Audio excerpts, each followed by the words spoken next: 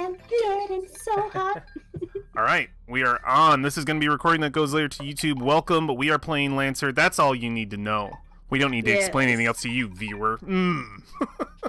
We're playing the Lancer RPG. Go check it out if you don't know anything about it. You will learn as we go here, as we go through character creation, figure that out, and if we have time left over, which hopefully we will, we might go into some story and some combat, which should be pretty cool. This is starting off as a one-shot thing. It's what I'm saying it is right now. We might play more in the future. We have no idea right now. This is just a one and done and fun. All right. Well, if everybody gets their CompCon open and ready to go on the pilot roster, you just tell me. Over. Okay. Over. I don't hear an over. You're a fucking nerd. Over. I only heard one over from Josh. Is it over? We're gonna bust our way through making a character. Now I could switch the screens and throw us over into this so that the viewers could see. But if anybody wants to, you can go to compcon.com, look up CompCon Lancer, and you can follow along with us. Just so I don't have to change screens. So that's what's happening. You're just gonna look at our beautiful faces while we contemplate choices. So after clicking on your Add New Pilot button, just click the little Create New Pilot guy. Create new pilot. And we'll go We'll go into the next step. So we're going to begin with the new pilot registration. So before we begin with our character creation and go through each thing, I have kind of a layout here to go through that. Would you guys like, before we start, to get a handle on the world, or do we want to do that after? Let's start with character creation. Let's start with character creation. Cool. I think that we can do that quite easily. So that's my vote. If everyone else is okay with that, are we cool with that? Character or pilot or characters first? If we aren't cool with it, then Josh will throw a hissy fit. So let's just go with it. Oh, jeez. We're starting off sassy.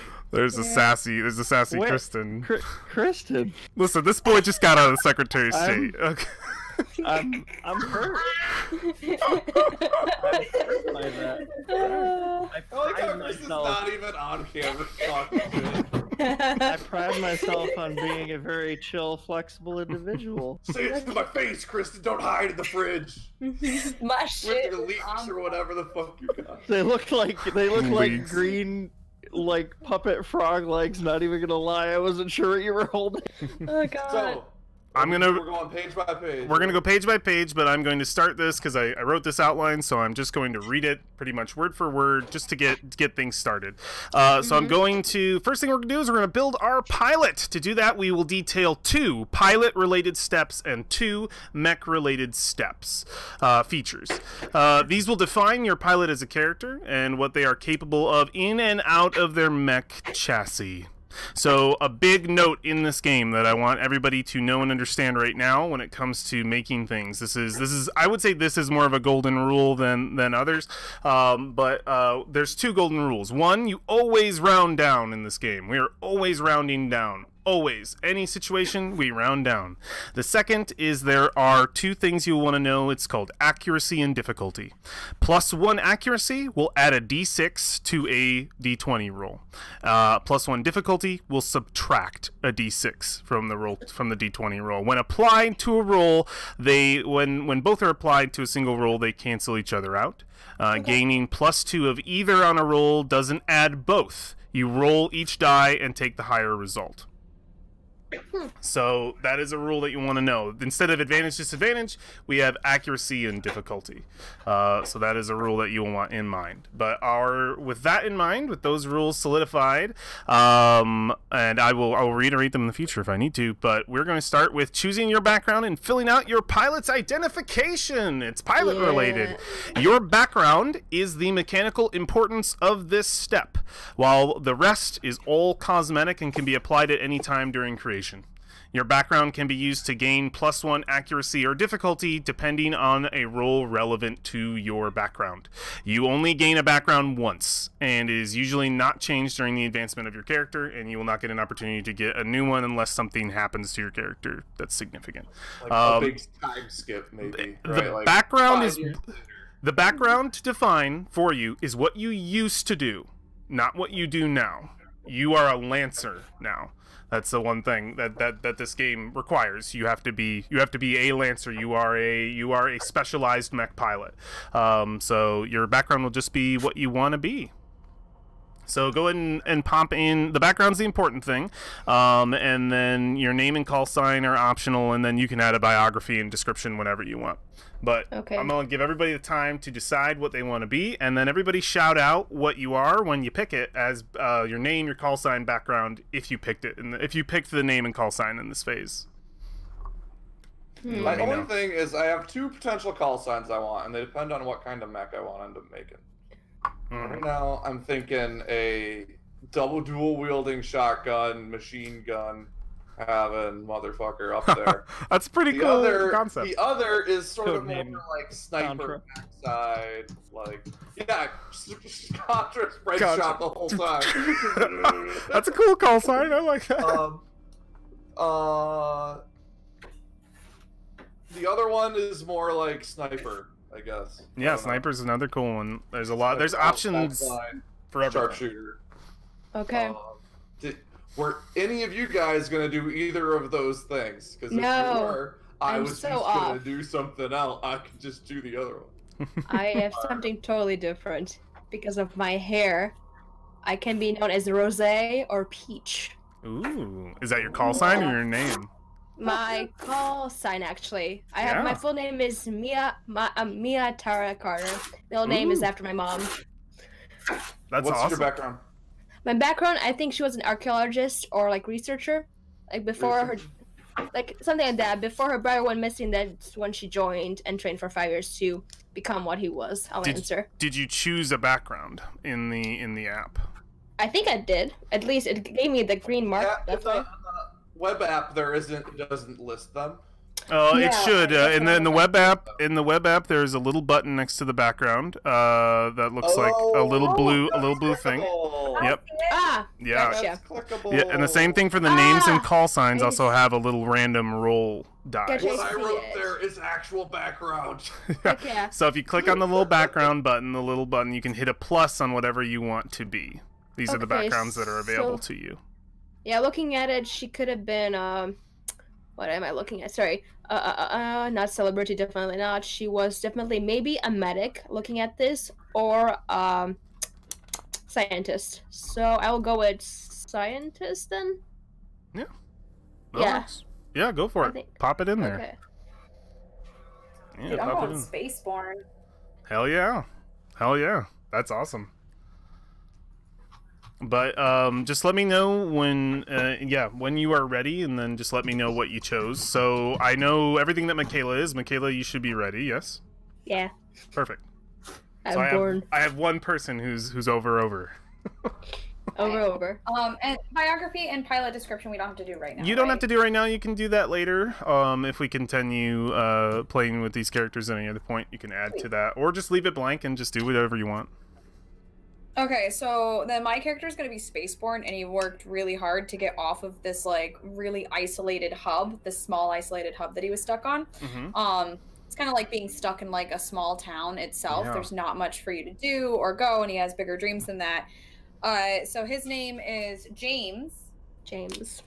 and I think I want to make him like more of like looking at the stuff. I want to go more hacking his route, so he actually has a legitimate reason to really be a Lancer. He kind of like faked his profile. So his call sign is the Kingsman. Ooh. Yeah, I And like he it. has hacked his last name to be Macbeth, so he's James Macbeth. Oh! I am ready for this knightly looking mech that you're gonna get. Heck yeah. That's gonna be Cool. cool. Code Geass on this. All right, excellent. I got two peeps. Take your time, guys. With the rest, I'm not rushing anybody here. Josh, you want to go? I saw one that called to me. And I think my background's going to be a mechanic. Ooh, cool. I was thinking like, you know, Grease Monkey, good at fixing stuff. Turned out, oh, I built my own mech to start. Heck So yeah. I thought it'd be kind of cool to do that, and then eventually wind up with whatever fleet it is that runs this scrap heap, and you know, work as a mechanic in the garage for the mechs that come in. What's your name and call sign? Name is Oren Hall. Oren Hall. Ooh, that's awesome. Call sign Joker. Joker. Yeah. Looking cool, Joker. I love it. That's a cool call. So I'm very different than everybody. I definitely am going. I'm going the edgelord of the group. I think. Okay. You're spec ops, aren't you, Tom? This can be your call sign, Edgelord. No, it's close. Edge so Master. My character's name is Libra Rain. Libra Rain. Oh yes. His call sign. Well, I got two right now. I got Ragnarok or Tyrant. I don't know which one I want. Ragnarok. Tyrant. Nope. Okay. Tyrant. If I have the thing is, if we have Kristen's playing the Kingsman, that makes me want to play Tyrant. Right? If you're staying with the Norse thing, you should go Odin. I know Odin's too nice. No. Nice. Bro. Be low key, literally. Sorry. I think I'm going Tyrant. My background is a super soldier. Oh yes. Ooh. Product of a gene therapy. One of 12 of this thing. Because I'm Libra Rain, so there are 11 others of us that I must hunt down. That's cool. So they're on your team. Are you genetically enhanced? They're not on my team. I don't like. You wear Mjolnir armor? I don't run with them anymore. Well, now I'm Tyrant. Now we're. You regularly drop from space. So Tyrant, Joker, and Kingsman. Kingsman, yep. And what was Michaela's again? Rose? I'm debating between Rose or Peach. I'd say Rose, or else I'm just gonna think Princess Peach. Okay, let's go Rose then. Rose. Like Rose. Okay. All right. Well, everybody, I think that's everybody ready. We can hit the next button and move on to the next step. So we will now choose 4 skill triggers. These are pilot related. These represent your pilot background, their training and personality through numbered bonuses that will apply to relevant roles. These are applied to specific, not general actions. So keep that in mind. Be prepared to explain to me how fists to faces will help you hack a computer console, and you better have a good excuse. So these are very specific actions. They will start at +2, and they can be upgraded in the future to +4 and +6 upon character advancement, but you get to choose 4 things to get +2 to, and these are things you will only roll as a pilot. Can we get wider? Can we get more skills, or do we just increase? You can get more skills or increase. You will either be able to get to choose as you level up, or you will new ones, or you'll be able to increase the ones you already have. So these are going to be the same. They're equivalent to your athletics check, blah blah blah, all that in D&D. These are that, but in Lancer, it doesn't lean on those a lot. More often than not, 9 times out of 10, I'm going to ask you to roll a flat D20. Only when your trigger actually applies to what's happening will you get to use it, and it has to quite literally apply. There's some breathing room, but it should literally apply. And yeah, this is when we're fighting things in mechs, we don't use this at all. This is not a mech thing. When we're running around on foot. This is when you are in pilot mode. You can use these to interact with people. Like, you can see that you've got 4 categories, which kind of, I think, is it 4 or 5? 1, 2, 3, There's 4. only one category that matters, Ed. Yeah, there's 4 categories. Looks like the 5th is a custom. It's custom, yeah, as a custom skill. And yeah. I'm okay with a custom skill. It just has to go along with this. So it could be running. If you want the custom skill to be running, and it's like, yeah, when you roll to fucking run fast, it could be literally like hit the dirt. That could be a skill, and I'd be like, yeah, when you roll to run fast, you can do that. There is stay cool on here. Like, Yep. Are you kidding me? How would I not take stay cool? I know. I don't There's a think show off skill. Yeah. How do I not take those? Right? Yeah. Like. We will, I will try to, so I will try to say yes more than no, but I will depend on you guys also understanding that these are very specific. I notoriously have had one player in a game that used this too, try to use balance for everything. He was like, I'm technically balancing right now. I'm like, no. Alright, so, I got my 4. What are they? Let me know. They are all very... You should not be surprised if I'm going the edgelord out. We have act unseen or unheard. Mm-hmm. Take someone out. I assume that's talking about dating. No, take somebody out. Show off. Obviously. Stay cool. Show off and stay cool. Yeah, those are all awesome. I love it. I love it. I got survive because I'm used to like the confined areas and just handling that crap, and then probably a lot of getting my way through nefarious means. Hack or fix. That's how I got off of my thing, was through my hacking skill.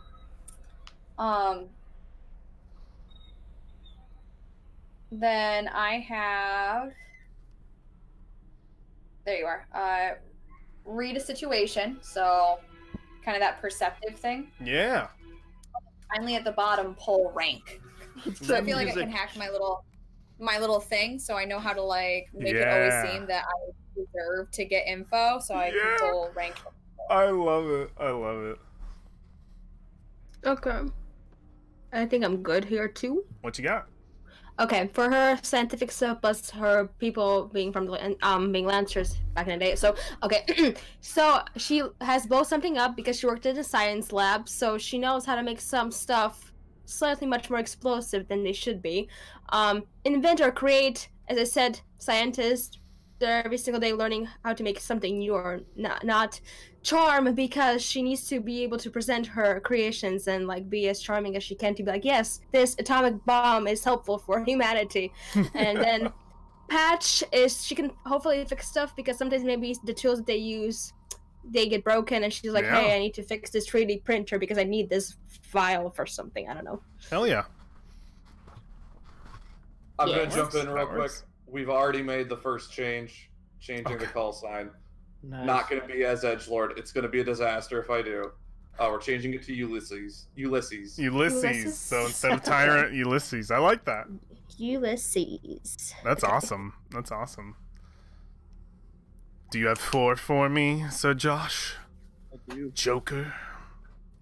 Started with Spot. That's a good one. I figured being a mechanic, detail-oriented, knowing where stuff goes, when one thing's out of place, I would know. Then word on the street would be the other thing. You know, people come to me to fix stuff.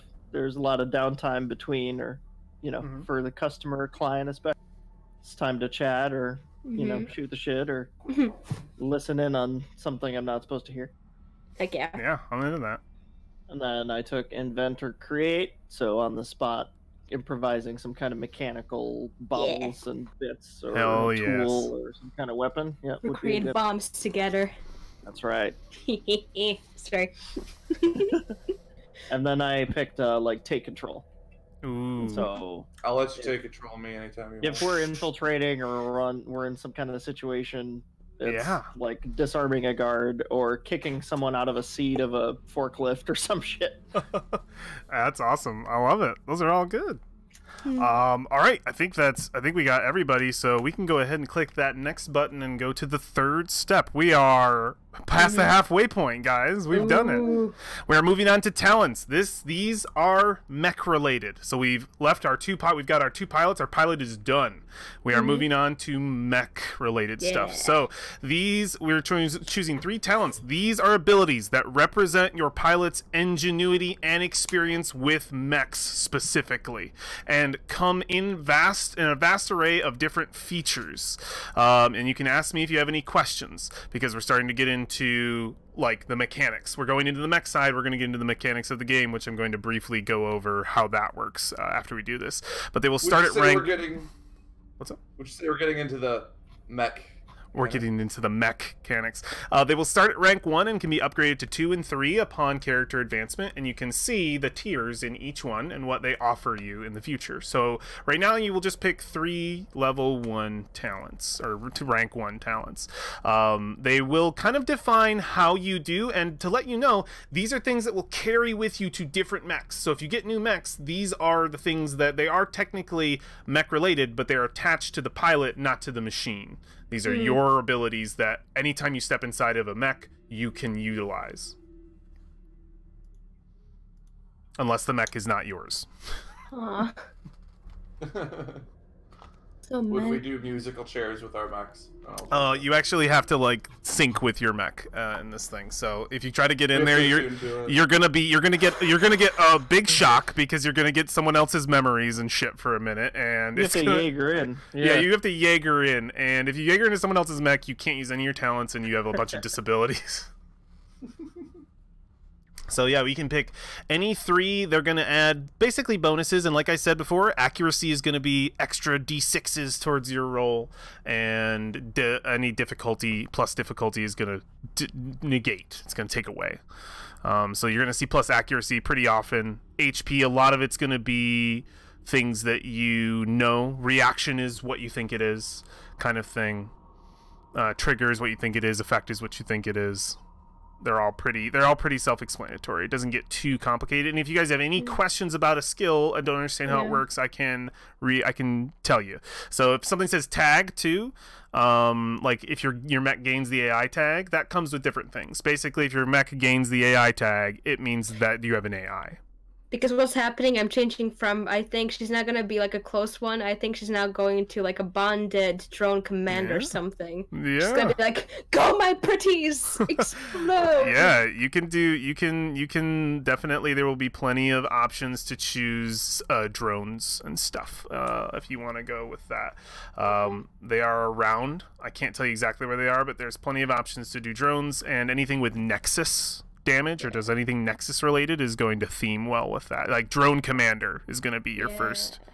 I have it. I see it here. Okay. Yeah, you'll. Kristen, what are you guys thinking? Sorry. The first 2 I picked. I'm starting with Engineer and Grease Monkey. Engineer and Grease Monkey both work. I don't know what the 3rd I'm picking, but those 2 kind of spoke to my background. So Nuclear Cavalier, is it like I use nukes? The Nuclear Cavalier means the first attack roll you make while in the danger zone deals +2 heat on hit. So when you are in the danger zone, gosh, that TV, help me, please. I'm sorry. It's okay. So you will be there's a few HP bars we'll pay attention to. It's going to be basically your mech has 2 HP bars. One's going to be their actual structure, which is physical, and then there's going to be their heat. And when you're in the danger zone, it's when you're beyond half your heat. So when you're in the danger zone, like that would mean you want to start heating up your mech. You want to use moves that's gonna get you steaming, because then if you're a Nuclear Cavalier, that means that your nuclear core or whatever is going to be heating up, and you're going to be using that energy to hurt people. Okay. Yeah. Good to know. Yeah, certain things will raise your heat. You can raise it yourself by doing more on your turn than you're supposed to, and you can have it raised on you by people using skills, hacking you, heating you up. What are you going for, Tom? I got 2 so far. Okay. First one is Crack Shot. Makes sense. Steady my aim, shoot better with a rifle. And the other is Brutal, which is if I roll 20 to hit, I do max damage. Nice. And I'm going for the biggest gun. So yeah, that's we're just hoping for 20. And if you know me, when I roll, they're not happening. I'm not sure. I'm also looking at Infiltrator. I might add for a 3rd. Yeah, moving silently sounds useful. Oh yeah. My 3rd skill. Set up the next shot. I'm going for Heavy Gunner. Heavy Gunner looks really good. I was looking at Hacker was a given for me. That's a good one. I was thinking Technophile. I kind of like Technophile also. That works. Yeah, if you don't understand any of the if you go over it, you don't understand exactly what it does. The name definitely is good to just go off of. So if you see lock-on's going to be a very common skill. It's a thing people will use often. Basically what it does is it gives allies who fight that thing, whatever you locked onto, an advantage. They get an extra d6. So that's what lock-on is, which is cool. Okay. I was understanding that technophile is something to do with AI. Yeah, it would basically add that is a way. There's also other ways you can sort of get this in, but technophile will give you a step into putting an AI in your mech. At which point you will then have me talking like this in your ear the whole time. Yes. Oh my god. And then the next one I kind of liked was, I hope I'm pronouncing it correctly, Centimane, the one where if I get a good shot, then it slows the other people. Let me see that. Centimane. I don't see When Centimane. you perform a critical hit with a Nexus. Oh, there it is. Yeah. Your target must pass a systems save or become impaired and slowed until the end of their next turn. That's super cool. That's cool. Okay, cool. Yeah, I'm into that. Okay. Centimane, yeah, I would call it that. Centimane. Yep. Yeah. My third one, Siege Specialist. We're gonna change a little bit. Okay. Siege Specialist. Oh, is it cannon? I'm gonna have a huge gun and then a fucking arm cannon. Yeah. No, yeah. My last one, I'm picking Tactician. So when my person allied something, they get 1+ something something. I feel like I'm gonna be a support person right now. It's happening. Yeah. It's adding roles for people here. Yeah. Is everybody playing support to support me? It sounds like everybody's playing support fucking character. Send Julius. Get him out there. Julius. Get him out. Get him out. Is anybody missing one? Do we have anybody with one left? Think we got everybody? Kristen, you all good? Over. Kristen got all 3 of hers, I believe. You're muted, Kristen, but I think you're thumbs up. Perfect. Thumbs up. Okay. We can hit the next button and move on to our last. It's our last step, but we're going to pick gear after this, so it's not technically our last step. It's our last step of building the character, because gear can be switched out at any time. So we're going to move on to mech skills, also mech related. These represent your pilot's ability to build, pilot, and fight with mechs through numbered bonuses that will apply to related roles. Your pilot can gain more skill points upon character advancement. Now, a question that comes up very often is, what is the difference between a talent and a skill? They're described very similarly. The difference is mechanical. You're talking actual talents being abilities and skills being points. So I hope that makes sense for everybody and doesn't break the immersion. So we have 4 different ones we can choose from, and it's going to sort of dictate. This is kind of also how you affect your mech, and you can see what each one does. Hull will increase your mech HP and your repair capacity. Repair is hit dice. That's all that is. It's hit dice. Agility will increase your invasion and your speed, so you can go faster on the battlefield, and you can evade being hit by attacks, by physical attacks. So agility is really great for that. And these are going to be for your mech. Again, I'll reiterate. Systems is for your electronic defense. So you have 2 armor classes in here. You have one for physical attacks and one for electric attacks. So evasion is your physical AC. Electric defense is your electric AC, if you get attacked by that. And then your tech attacks and system points will also increase. We will get into systems later. It's kind of adding extra features to your mech. If you want more system points, you'll be able to add extra features to your mech. And then your tech attack is when you are attacking someone's electronic defense. So systems increases that stuff. And there's a little descriptor sentence above each that kind of gives you a good idea as well. And then engineering increases your heat capacity, so you can take more heat, and your limited systems bonus. So as I said before, if you want a lot of systems, getting both systems and engineering is good, because your limited systems bonus will increase on top of your system points. So yep, each of those you can put 2 points in, and every time we level, we'll put more points into here. So you kind of just decide where you want to go, what kind of mechs you want to be having on the field of battle. Ed, I got a question for you. Yeah. It goes actually back to another mechanics thing. things called protocols. Do you have to declare a protocol at your start of your turn? What are protocols? Refresh my memory, and I might be able to help you. Have you what is in the context that you learned what a protocol is? Crack shot. That's a protocol. It's a free action. Protocols are free actions that you can do for free. Okay, can I do them at any time? You should be able to do them at any time, but they should have a limit of once per round or once per turn somewhere on them. Perfect. I was because pretty much for crack shot, I have to steady my aim, and I as a protocol become immobilized. Yep. But if I can, and it's until the start of my next turn. So that's... Yep. It's just anything something says a protocol, it is a free thing for you to do. We're going to get into the action economy and go over it briefly, so we have it. But yeah, everybody just pick what points that you want here, and then shout out what you grabbed. That way I know you got it. Systems engineering. Systems and engineering. Yep. Hey, I was going systems and engineering. You can do that. You can both do that. Systems and engineering together, okay? Yeah, you can. You can. You could go two. She's a scientist. Two into what, Tom? Agility. Agility, going fast. Yes. Gotta go fast. Gotta go fast. Yeah. I am straight hull. Straight hull. You're gonna be the tank. Tank suit. And you can repair. It makes sense as the engineer. You have extra repairs, extra hit dice to fix your mech. Well, the good news is we have total. If you add up all of our skill points, they are 2 in every single one. Yeah, you guys have it. You guys have it all around. So we'll hit the next button. Party. And then the next button, and it will reveal to you your Lancer license. Congratulations, you finally made it through Lancer school. It took you a while. You got it. It's sweet. You can click the little button and register your bad boy and get him in. And then once you got him in, give him a little click-see. Register new pilot. Yeah, click on him once he's in your list.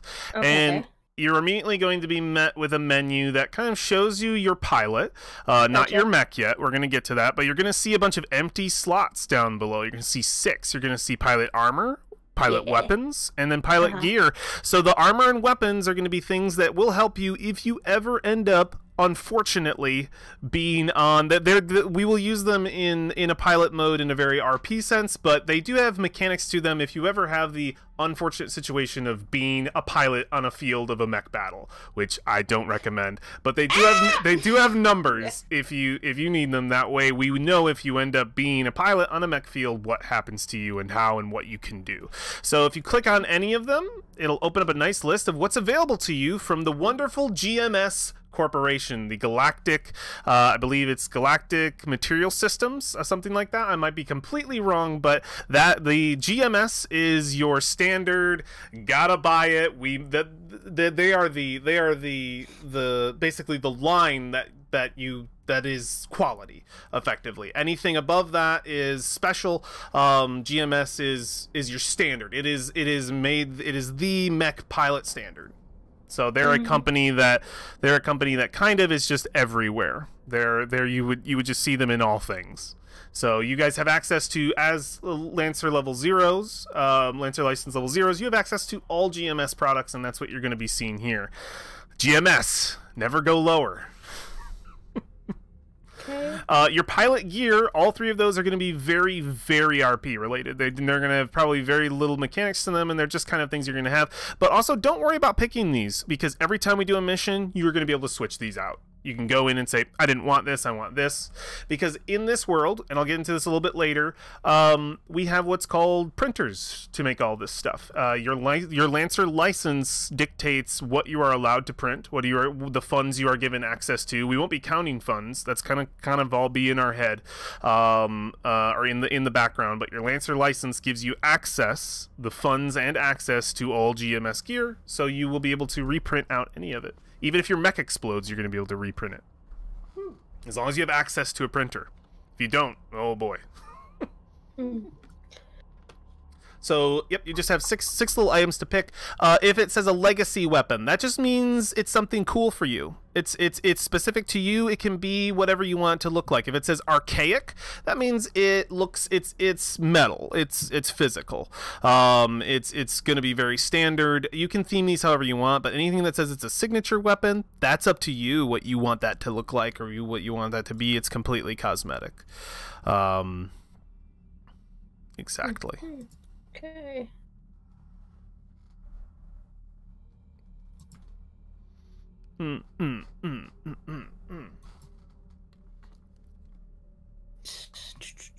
And after we get everybody with the gear that they are happy with, we can move on to the mech hangar. Okay. I am geared out. Perfect. I need one more. I have a stealth hard suit, Cool. a heavy signature weapon in a rifle, Thank a you. light Awesome. signature weapon, camo cloth, 3 stims, and data plating. Ooh, yeah. Very, very cool. Love it.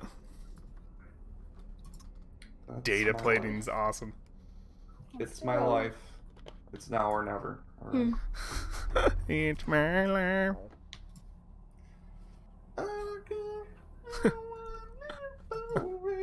Okay, I think I'm done too. What you got? Okay, if she gets out of her suit, she has a stealth hard suit, so she can hide if she needs to. Perfect. Pilot gear on personal drone, so when she hides, she can use her personal drone to distract everybody. Also, frag grenades, because it said explosions. I think it could suit her. Be like, just get away from me. That's so And awesome. a smart scope, so she's like, okay, I think there's like, oh, I see enemies right there. Yeah, I'm you not got, going that like, way. You've got like the scope thing, yeah, from Star Wars. And then the pilot weapons is I picked arcade. I don't know how to pronounce archaic range something. Perfect. And then medium signature. Perfect. Yeah, that works. What's your signature weapon? You can describe it however you want, or you can describe it later. If you don't have an idea. Your signature weapon can be whatever you want. If it's an archaic, it just means it's some sort of metal weapon. But It is definitely, it has pink coloring in it, and it has a keychain at the end of it, definitely. that's perfect. And, I love it. As I said, we were saying going really anime, so she's gonna be really. I'm getting into it. I love it. So I love it. pink. Yeah, It works. I'm so excited.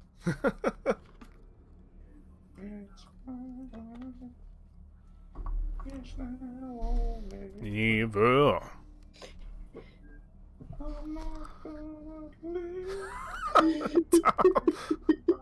You're a nerd.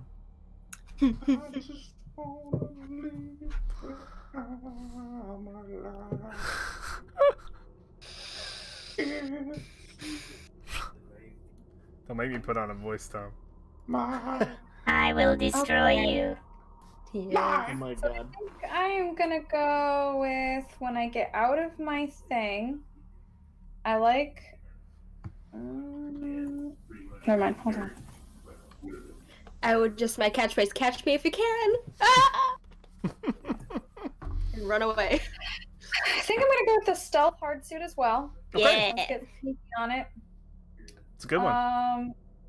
For my mech, let's go archaic, like that archaic metal melee. Like really hit that. You mean your weapon? Yeah, my pilot weapon. Yeah. Perfect. Archaic metal, then- I like that. Yes. So I have both like a regular metal thing because I'm used to having to be like that's what was available on the ship, and then I have the second weapon is that light signature one where it's just this like little, like little pistols or something. where it's Yeah. like, pew, pew. Yeah, I love that. That's perfect. So yeah, Cool. so we'll do that. Perfect. Did you get any gears? Yes, I did. Sorry. You're good. I got lost in reading my gears. I'm going with the camo cloth. I want to try to really, really sneaky. Yeah. And because I'm not a person like I imagine since I've been like on a little spaceship, I'm not a very strong person. I'm probably like kind of gangly and awkward. So I work really hard to just get the fuck out because I don't want to fight you hand on hand.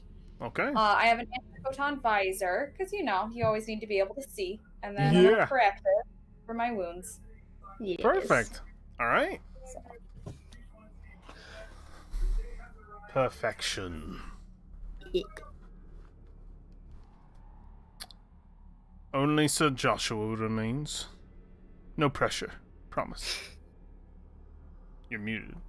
I'm still determining Oh. gear. I wasn't okay. talking to you. Oh, okay. I've got traffic. You're okay. No pressure. So, I've picked a mobility hardsuit. Ooh, okay, sweet. A light AC, so I'm thinking like a knife or something. Yeah. I thought, like, you know, air conditioning. That's what I thought you were saying. Okay. Sorry. And I picked a light signature weapon, but Okay, I might switch it to archaic because I think it would be cool to have like a revolver I dug up somewhere. Oh, Or put yes, together, please. like an improvised revolver. That's awesome. I love the idea. And then I picked mag clamps as pilot gear, but I haven't picked the other 2 slots yet. All good. Mhm. Take your time. I will be right back. Go ahead. You're good. Thank you. No problemo. Very chill.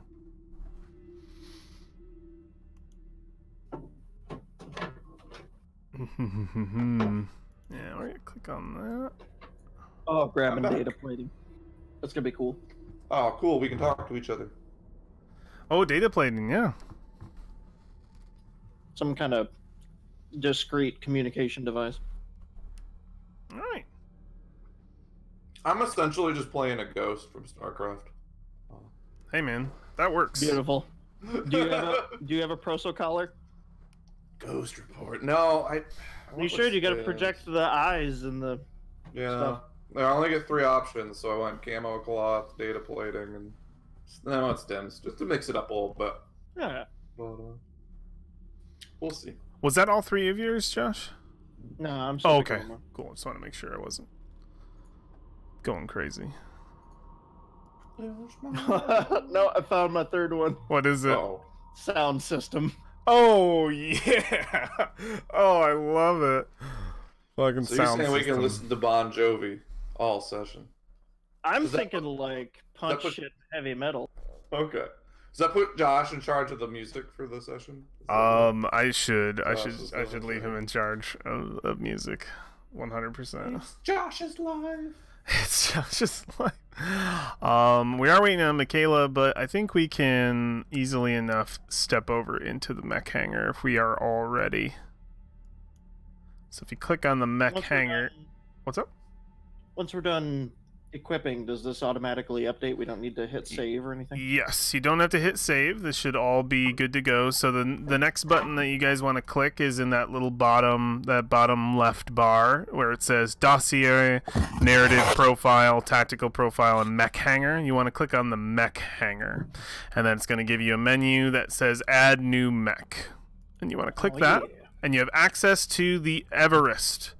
Where am I?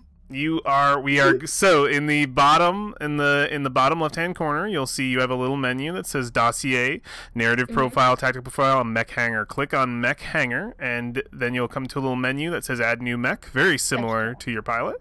Click that button. You have access to the standard pattern 1 Everest GMS frame, and it is a balanced frame. You can just click on it and it will ask you to name your mech.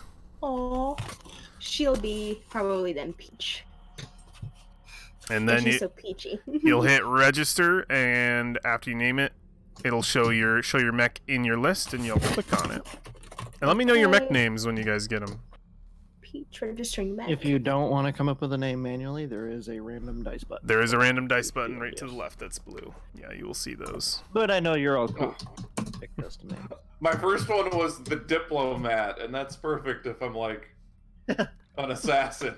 I was gonna say, wouldn't you name your gun diplomacy or something? Yeah.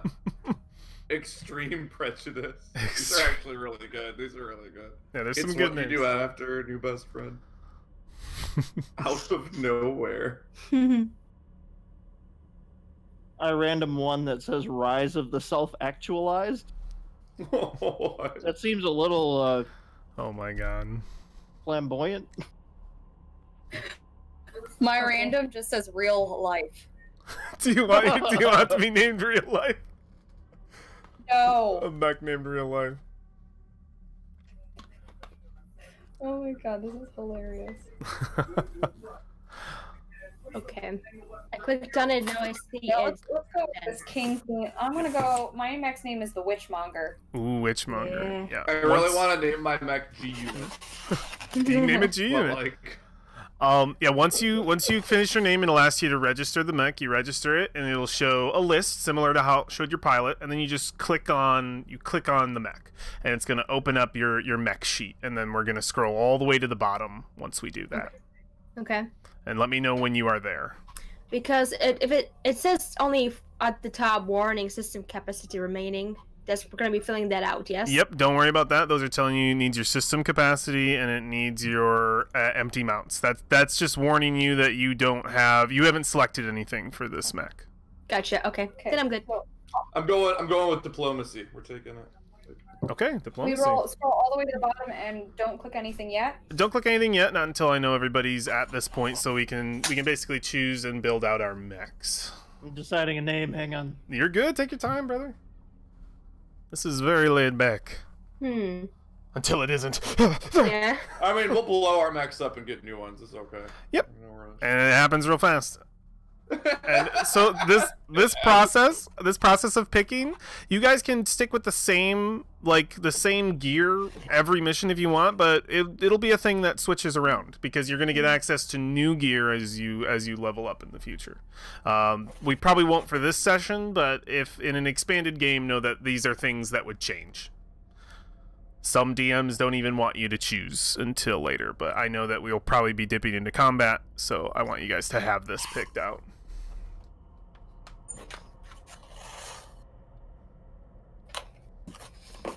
Tom, are you already at the bottom too?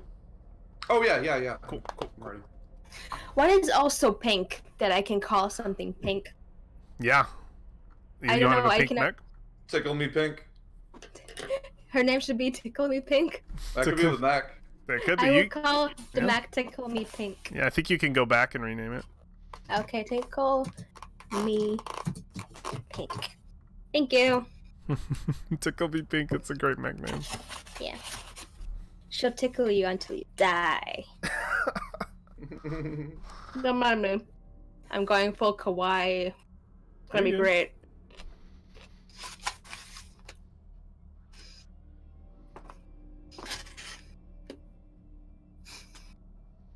And if we don't get to combat tonight, if we just jump in and roleplay, I'm cool with that too, because we could always play again sometime.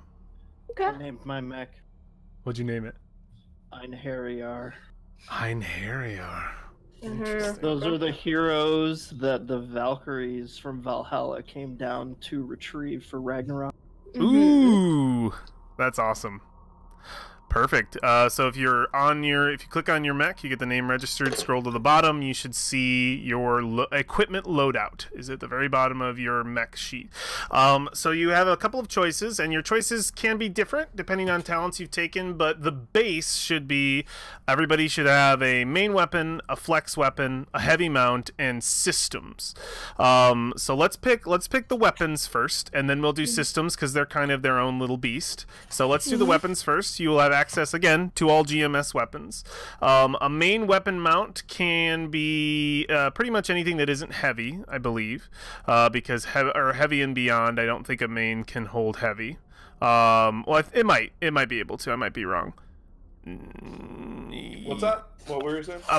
A main weapon mount, I think, can hold heavy. Yes, no. Only heavy mounts can hold heavy. Only heavy mounts can hold heavy. Cool. And then flex weapons can be anything. So the different weapon types that you'll want to know. There And when you are... click it, it'll limit it to what you can and can't. Perfect. Yep. There are main weapons. They're going to say main. It's going to be the size, basically, of the weapon. So when you go to click, you're going to see a few different things. You're going to see the source, which is GMS. Don't worry about it. That's all going to be the same. The name of the weapon, and then the size as we're going through. Main is going to fit for the main slot. Auxiliary are like small. They're like extra little bits. If you put an auxiliary in any slot, you're going to be able to put 2 of them in there. It'll open up and ask you for a second artillery. They're very they fire as one, so if you have 2 rockets, they go out and they blow. Missile rack goes kind of twice. It's cool.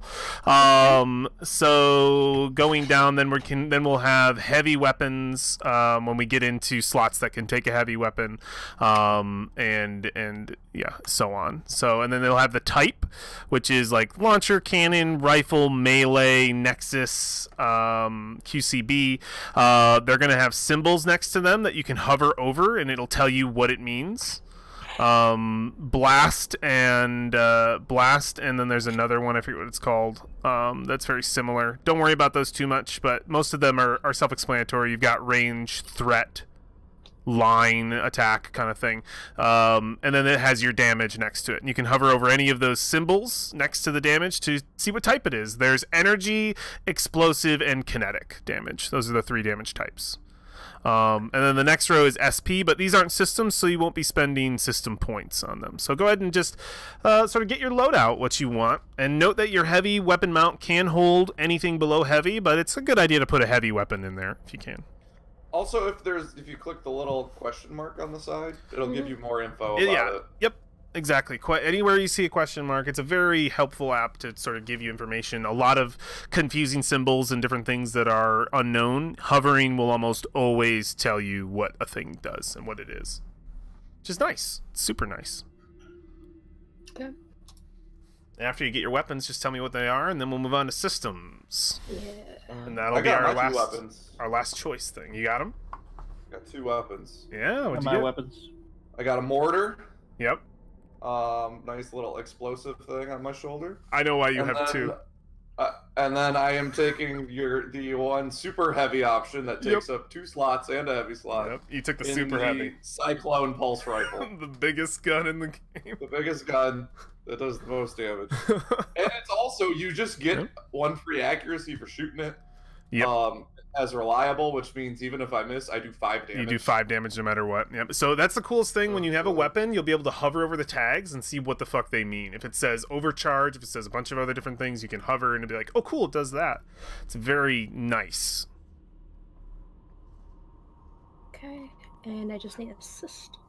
It's not systems yet. We'll pick systems after everyone's picked a weapon. Then I am done too. So my main mount thing is a mortar. Ooh, okay. It can shoot. I think I understand what it is. I might be wrong, but that's what I picked. Yeah. It's kind of like a rocket launcher. Yes. And also I have, for my heavy mount, it's a main launcher. It does much more explosions. Just keep them away from me. I'll shoot them from afar. What? A rocket-propelled grenade. Sorry. Yep. Yep. And then for my flex mount, it'll be just an assault rifle. So if she's desperate, she's gonna take it in her arms and be like, "Okay, I'm gonna just shoot." That's awesome. Perfect. Just so you know, your heavy is a main weapon. You can put a heavy weapon in there if you want. Yeah, heavy weapons are usually stronger. Yeah, you can pick a heavy weapon for your heavy mount if you want to. You don't have to, but that's up to you. If you want the biggest cannon, it's the what is the howitzer? The howitzer will be optional for you. You won't see it as a selection in the main or flex mount, but you'll see it as a selection in the heavy mount. Oh, I see it now. Okay. Yeah, if you want the big cannon. I was reading it so wrong. I thought they were making a joke here. Howitzer. I'm like, is there something in German that I don't understand? I'm sorry. Don't mind me. It's a German word. It is a German word, yeah. That's why maybe I knew it. Okay, don't mind me. I'm here. I'll eat my spaghetti. Okay, I feel like as people get closer to me, my shit gets bigger. Okay. So I have for my main, it's the Nexus. So I feel like that's the long distance, like, probably not a big deal. So it's that hunter killer.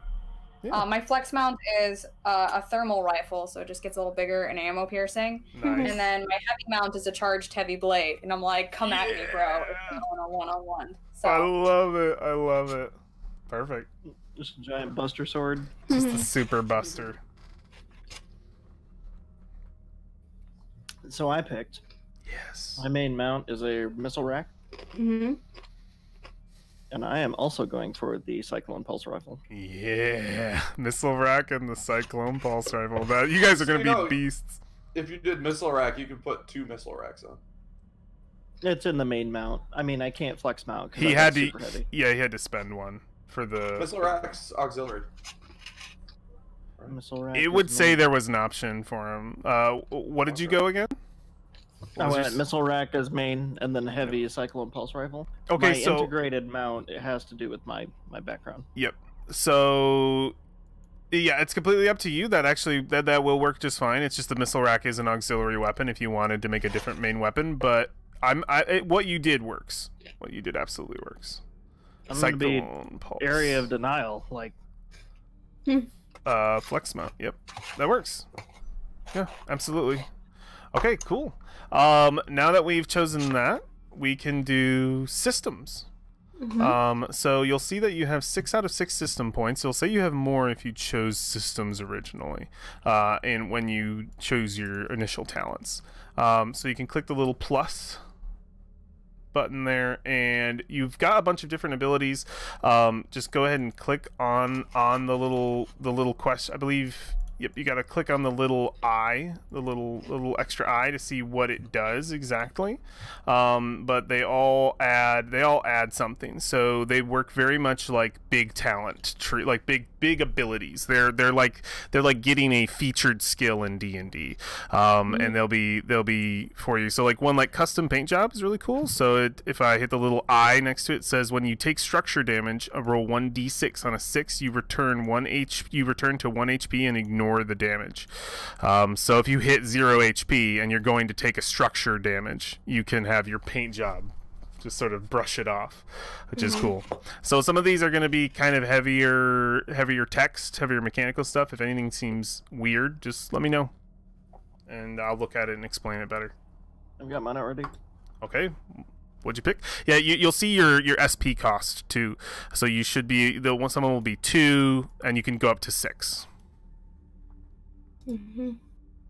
So I took custom paint job. Perfect. Type 3, projected shield.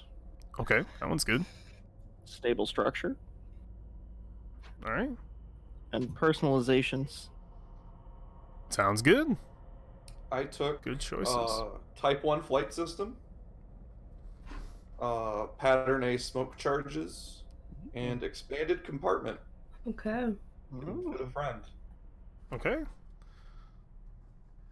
My compartment so big. Well, I figured, Ed, if you're okay with it. What's up? Since I have a super heavy weapon and I've got personalizations, instead of a left arm, it's my minigun. I'm into it. I think it's perfect.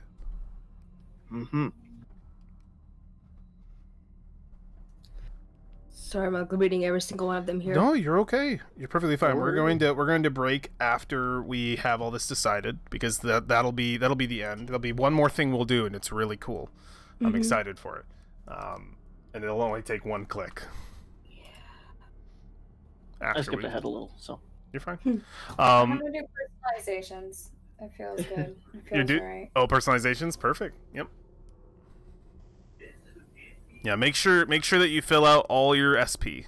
Make sure you use all of it, or else it'll always give you that warning that you haven't used it. Okay, I think I'm ready. What you got? Okay, so she has turret drones. Yeah, she does. Then she has stable structure, so she cannot be prone or knocked back, hopefully. Perfect. She has also manipulators, so she can, if I'm understanding this right, I might be reading this wrong. I have an extra set of limbs because I'm a scientist. I like to pick up stuff while maybe fighting. We shall see. You can move and do tiny things that a human can do in your mech. And then the Ava module, because I am a scientist, I can move in any environment and proficiently as I want to, and I will not be slowed down. That's awesome. Yeah. Perfect. Thank you. Who am I missing? I think just Kristen? Yes? Yes. Josh, you gave me yours already? Yep. Perfect. Okay, I got personalizations, manipulators, turret drones. You got 1 more point to burn? Get the paint job. 2 more points to burn. Oh, 2 more points. Best friends. Yeah. Don't mind me. Let's do hex charges. Ooh, yeah. Let's blow shit up. All right. That gives everybody everything. So the next thing that you want to do, in the bottom right-hand corner, there is what looks like a little power button inside of a diamond. Click on it. I did it. Uh-huh. And now this is your character sheet. Ooh. It will load, and it is a very nice character sheet where you can keep track of everything that you have. Heck yeah. and including your pilot stuff. So this is going to be what you use. So this is going to how we keep track of our HP, of our heat, of all of that. We're going to take a quick break, and then we're going to come back, and we're going to talk about the action economy and a little bit about how your character works in its HP bars and all that. And then we're going to talk about the world, and then we'll see if we can sort of lay the line about what we're going to do. And that should be cool. So quick 5 minutes, and we will be right back.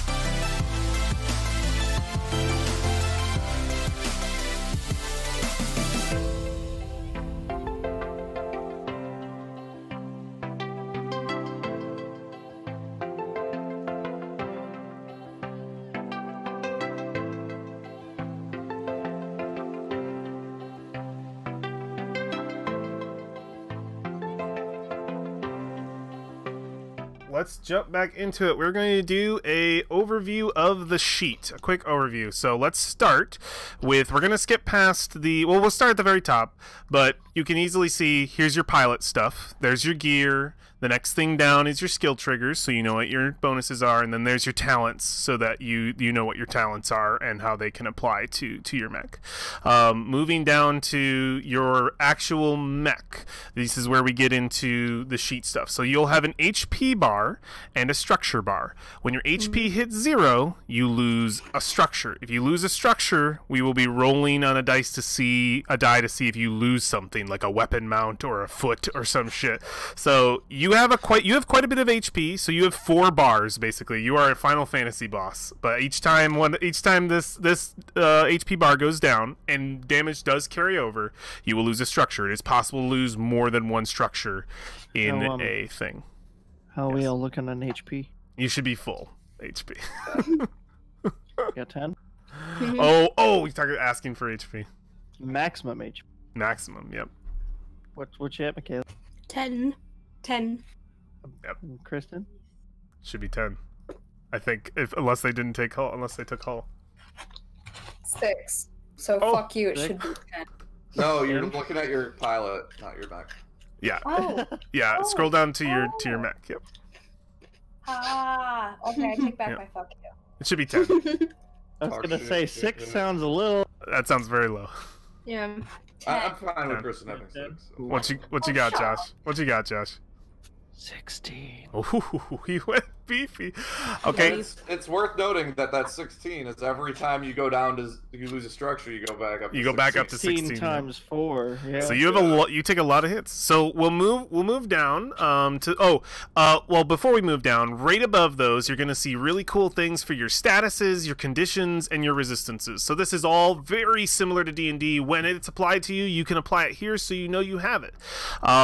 Going directly to the right of that, you're going to see your burn. Burn is dot damage. I believe everyone knows what damage over time skills are. When you take burn, that's where you're going to mark burn if you get burned. And we'll talk about burn when we get to it, if we get to it. Going under your HP and structure, you're going to see your heat bar, and you're going to see it's at 0. It can raise. When it goes all the way up to its max, you take a reactor hit, and you roll on a different table to see something bad happens to you, but it works very similar to the HP above. So these bars are similar to each other, and that's how they work. And then going right to the right, you'll see your repair capacity. That's how many hit dice you have. Your core power, and everyone should have the same core power, which I believe should be power up for the rest of the scene, which is the entire fight. You get 1 accuracy on all attacks, checks, and saves. This is your super. So when you use your power, you click the little battery, and you no longer have, or you click the little X next to core power, and you no longer have it. Overcharge, this is a move you're going to be able to make to basically take extra moves on your turn, but they're going to come at a sacrifice of overheating you, and we'll get into overcharge in a little bit. And those are all the little touchies things. And then below that, you're going to see a list of like your stats. You're going to see your speed. That's how many hexes you can move. Each hex is 10 feet. Your attack bonus, which should be 0. Your tech attack, which might be higher depending on what you took.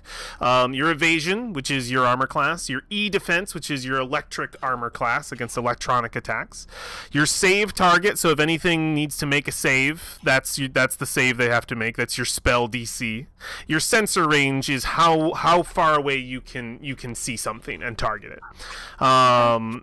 And then you're going to see a couple of traits for your frame. Those are just abilities for your frame. You should have initiative and replaceable parts, which everyone should have. And then their power-up ability is that's their core power. It's called power-up. And then under that, you're going to see your weapons and systems that you chose. And then there's counters below that if you took certain counters. And you can add a custom counter if you get any of them on you. Yep, and you're also going to see your mech size back up where the skills are, where speed, attack, bonus. It should all be 1 for everybody. But that is just, don't let that dictate the size of your mech. Let your mech be a customizable thing in your mind. It's just going to be a 1 on the board for mechanical reasons. So you can have it be small or big, whatever size you want. Excellent.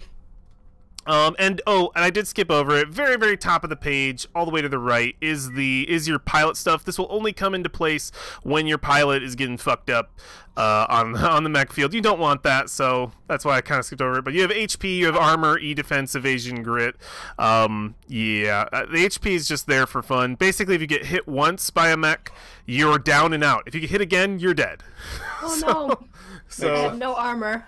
So you cannot compete in a mech field. I'm even cool with people saying, my guy's not there anymore.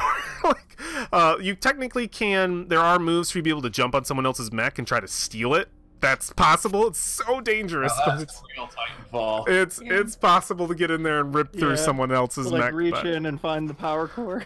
I'm also cool with people saying, I'm on my mech piece. I'm leaving. Just because you can die very easily in that mode. Cool. So since we've gone over all of that, that's your character sheet. The next place I want you guys to go is up in the very top. You're going to see the top right-hand corner, even above the pilot HP and stuff, you're going to see 3 things. You see your pilot roster, your compendium, and your legend. Click on your compendium. And when you want to get back to your sheet, you're going to be able to hit the back button to do that. But go ahead and click on your compendium and then go to Action Economy. It's going to be, you have to scroll down a little bit. It's going to be on the right-hand side in the red colored thing. It's going to look like a little DM screen unfolding. So if you click on Action Economy, let me know when you guys are there. Yeah. Over. Perfect. This is the game. This is what you're going to want to go to when you're trying to figure out what happens. It's very similar to D&D in some ways, so it shouldn't be too difficult to get this, but it has a few extras. We're just going to go over them briefly. Move. You get to move up to your speed. Yay, you did it. And what's great is below this sort of really nice top part, this nice little infographic, is all of the skills, and you can all of the things that you can do, all of your actions, and you can click on them to learn more. So you can move, which is a thing you can break up between actions, depending on the weapon. The weapon will say if you can't break it up, but you can break it up just like in D&D. You can break up your move around actions. The next thing is you can do a full action or a quick action. A full action is going to be a fully filled hex, and quick actions are going to be 2. So you can do 1 full action, or you can do 2 quick actions. And the symbols will match up. So that's going to be your bread and butter. Move and doing one of these things. So your basics for full actions. I just want to get these out. So these are going to be your kind of bread and butter are going to be your lock-on ability, which I believe should be HIJK. Where's lock-on here? I don't see it. I don't know why I don't see it. It's under quick tech. Oh, it's under Quick Tech? Where is Quick Tech? Oh, is it one of the blue ones? Oh, yeah, you're right. Yep. So Quick Tech has a bunch of different things it can do. So yeah, these get kind of big. So your basics are you can skirmish, attack with 1 weapon. And then there is Barrage, which is a full action where you can attack with a big ass weapon, or you can attack with multiple weapons. Usually Barrage just opens up being able to use heavier stuff. So these are all going to be kind of learn as you go. Click on, like, basically just when you want to do something and you read it and you go, cool, hide. We'll click on it and figure out how hide works exactly when we kind of get to it. And boost is obviously going to be your extra speed. Move again. That's your dash action, which is nice that it's a quick one. So moving down the line, because there's a shit ton of actions, overcharge. So overcharge is a special move that you can take an extra quick action on your turn, but you take a heat, and then if you try to overcharge again, you take more heat. If you try to do it a third time, you take a lot of heat. So basically overcharge is I get to do an extra thing, which is nice. Reactions work a little bit differently than they do in D&D, but they're essentially the same thing. The difference behind reactions, and your base reactions will always be Brace and Overwatch, is that you can do them multiple times. You can't do them individually multiple times, but you can do both. So you could choose to Brace on your turn and also Overwatch. The skills themselves will specify if they can be done once per round or once per turn, but you have a technically unlimited amount of reactions. You can just only Brace once and Overwatch once, and if you get extra reactions from your abilities, you can use those too. The last thing is free. Anything that says it's a protocol means it's free, and you're gonna have a lot of abilities that might not say anything. They might not say full action, quick action, blah blah blah. It's probably because it's free. So that is the action economy. Any questions? Can I have a popsicle? Yes, you can. Enjoy. Wait, the camera's right here. Okay. Yes. So that is the mechanics of the game. Do we want to step into a base of the world, a brief overview? Yeah. Okay. So interesting. Once upon a time in a galaxy. We don't have to if we want to just jump right into a fight. If we just want to try combat. It's a joke. Oh, okay. I'm just making you feel uncomfortable on purpose. I know you are, you big meanie. Dee. So, yeah, the world. Is there better music I could choose maybe to make me feel cool about talking about the world? Got the apple bottom Jeans, boots with the fur. This is so good. I love it. Let me see if I can just find something interesting. Ooh, Dying World. There we go. What about Ethereal Plane? Is this too weird? Or maybe Gravity. Gravity might be cool. Because everything is so heavy. Everybody has baggage. Gravity's cool. Yeah, let's do Gravity. If it gets creepy, I'm sorry. It shouldn't. It should just sound spacey. So, the world that we live in Lancer, we live in our universe, the universe that we actually are in now, but 10,000 plus years into the future. So the history of what happened. So at some point down the line, about 1,000 or so years from today, we fail. Humanity doesn't make it. Something happens where either the climate change or multiple factors, disease, something gets out of control, and you name it, it went wrong. The Reapers. The humanity decided that they didn't decide, it was decided for them. They could no longer survive. So they created the colony ships. They created the chance for humanity to continue, and I believe they called them the Pillars. It took 1,000 years to build them, an extra 1,000 years, as they were trying to effectively survive and get off the planet before the planet destroyed them. Over 1,000 years, 10 colony ships were sent out into the far reaches of space to identify Gaia worlds in the hope that humanity would continue on and survive. So I think we probably we would see a scene of all these. That would be the beginning of our show, kind of the history. We'd see these ships shooting off one at a time. The last two to leave, the Armstrong and the Aurelia, as they take off for deep, deep space in the Orion Belt. They leave humanity behind, and our world goes dark.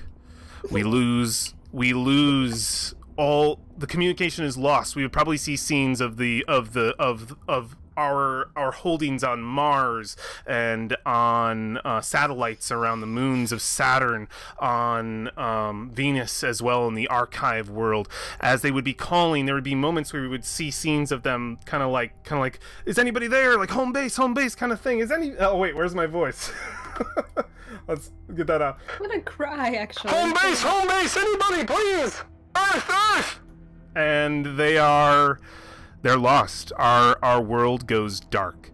And for 5,000 years, we stay in the dark. The population of the Earth dwindles to under 500,000 people, and we struggle to survive. After that time, after 5,000 years, I'm going to change this sort of dark, scary to something a little less intense, hopefully. Tears going in my eyes right now. Yeah. It's sad. It is sad. It's very sad. Let me see if I can just do Abyssal Gaze. I don't want it to be too crazy. Yeah, this is pretty normal. Cool. So 5,000 years passes, and we crawl out from the caves of the world, forgotten everything that was left behind, and we begin anew. From the Stone Age to the Bronze to the Iron, we restart without any of the knowledge of what our past was like. It's lost to us completely.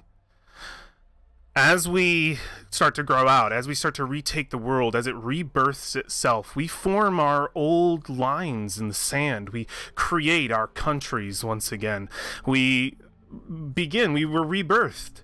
We have wars and we fight each other. We go back to all the same things humanity does. And everything goes pretty much with history repeating itself until something is discovered. The vaults. The massive vaults. And massive spelled M-A-S-S-I-F-F. Massive vaults. And we get in, and we discover something shocking. That there were a people who came before us. And that they were destroyed by themselves.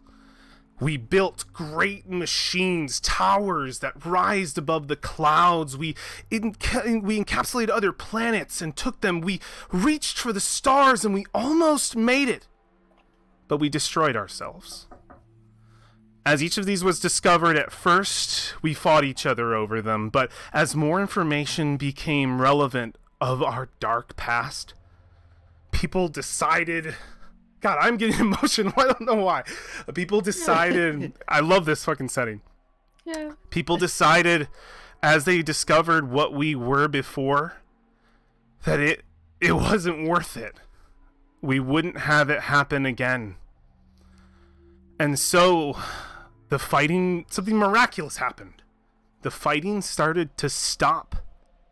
The war started to end. We looked at ourselves and thought, we had one chance before and we lost it, and we have one again. Enough. And we decided on that day, that miraculous day, day 0, that we would form a union.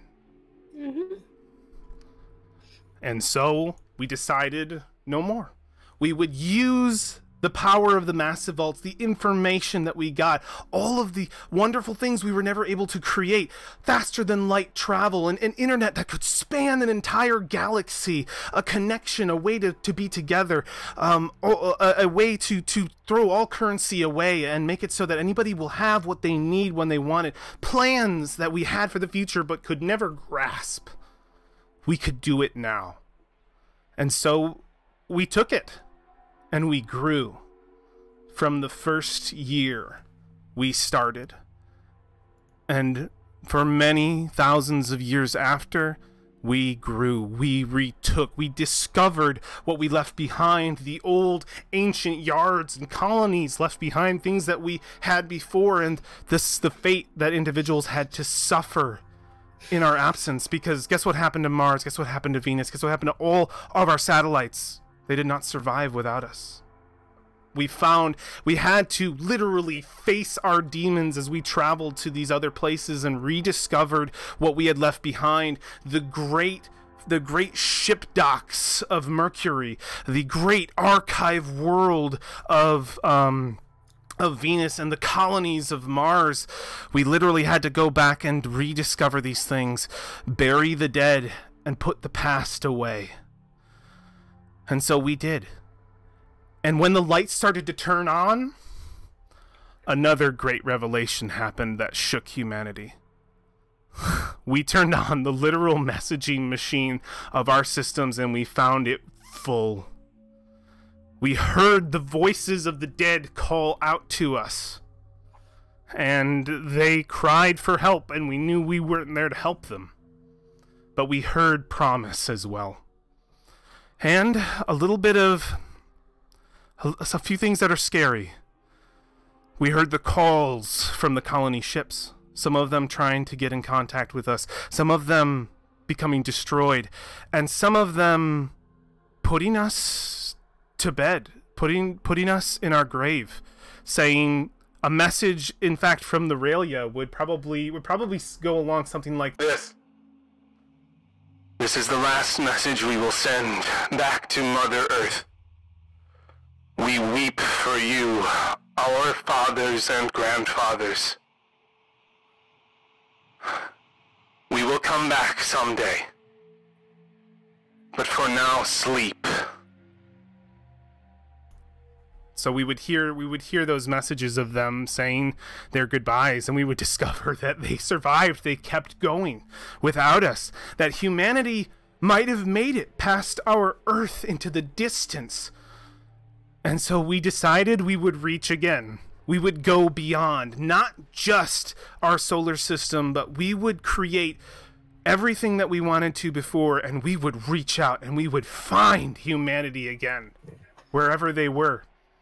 And so we did it. We created, this was the legacy of the first committee of Union, to find all this stuff and expand out. And as we did, we found them. We found our old selves. But our old selves weren't exactly happy to see us. We were departed many thousands of years, and our reemergence was not expected, and we were faced very much alien, and we met alien versions of ourselves. There has been no discovery of alien life in the history of Union, but the worlds of the Orion Belt have been populated by us. So there are aliens. They're just us from very long ago, and what has happened.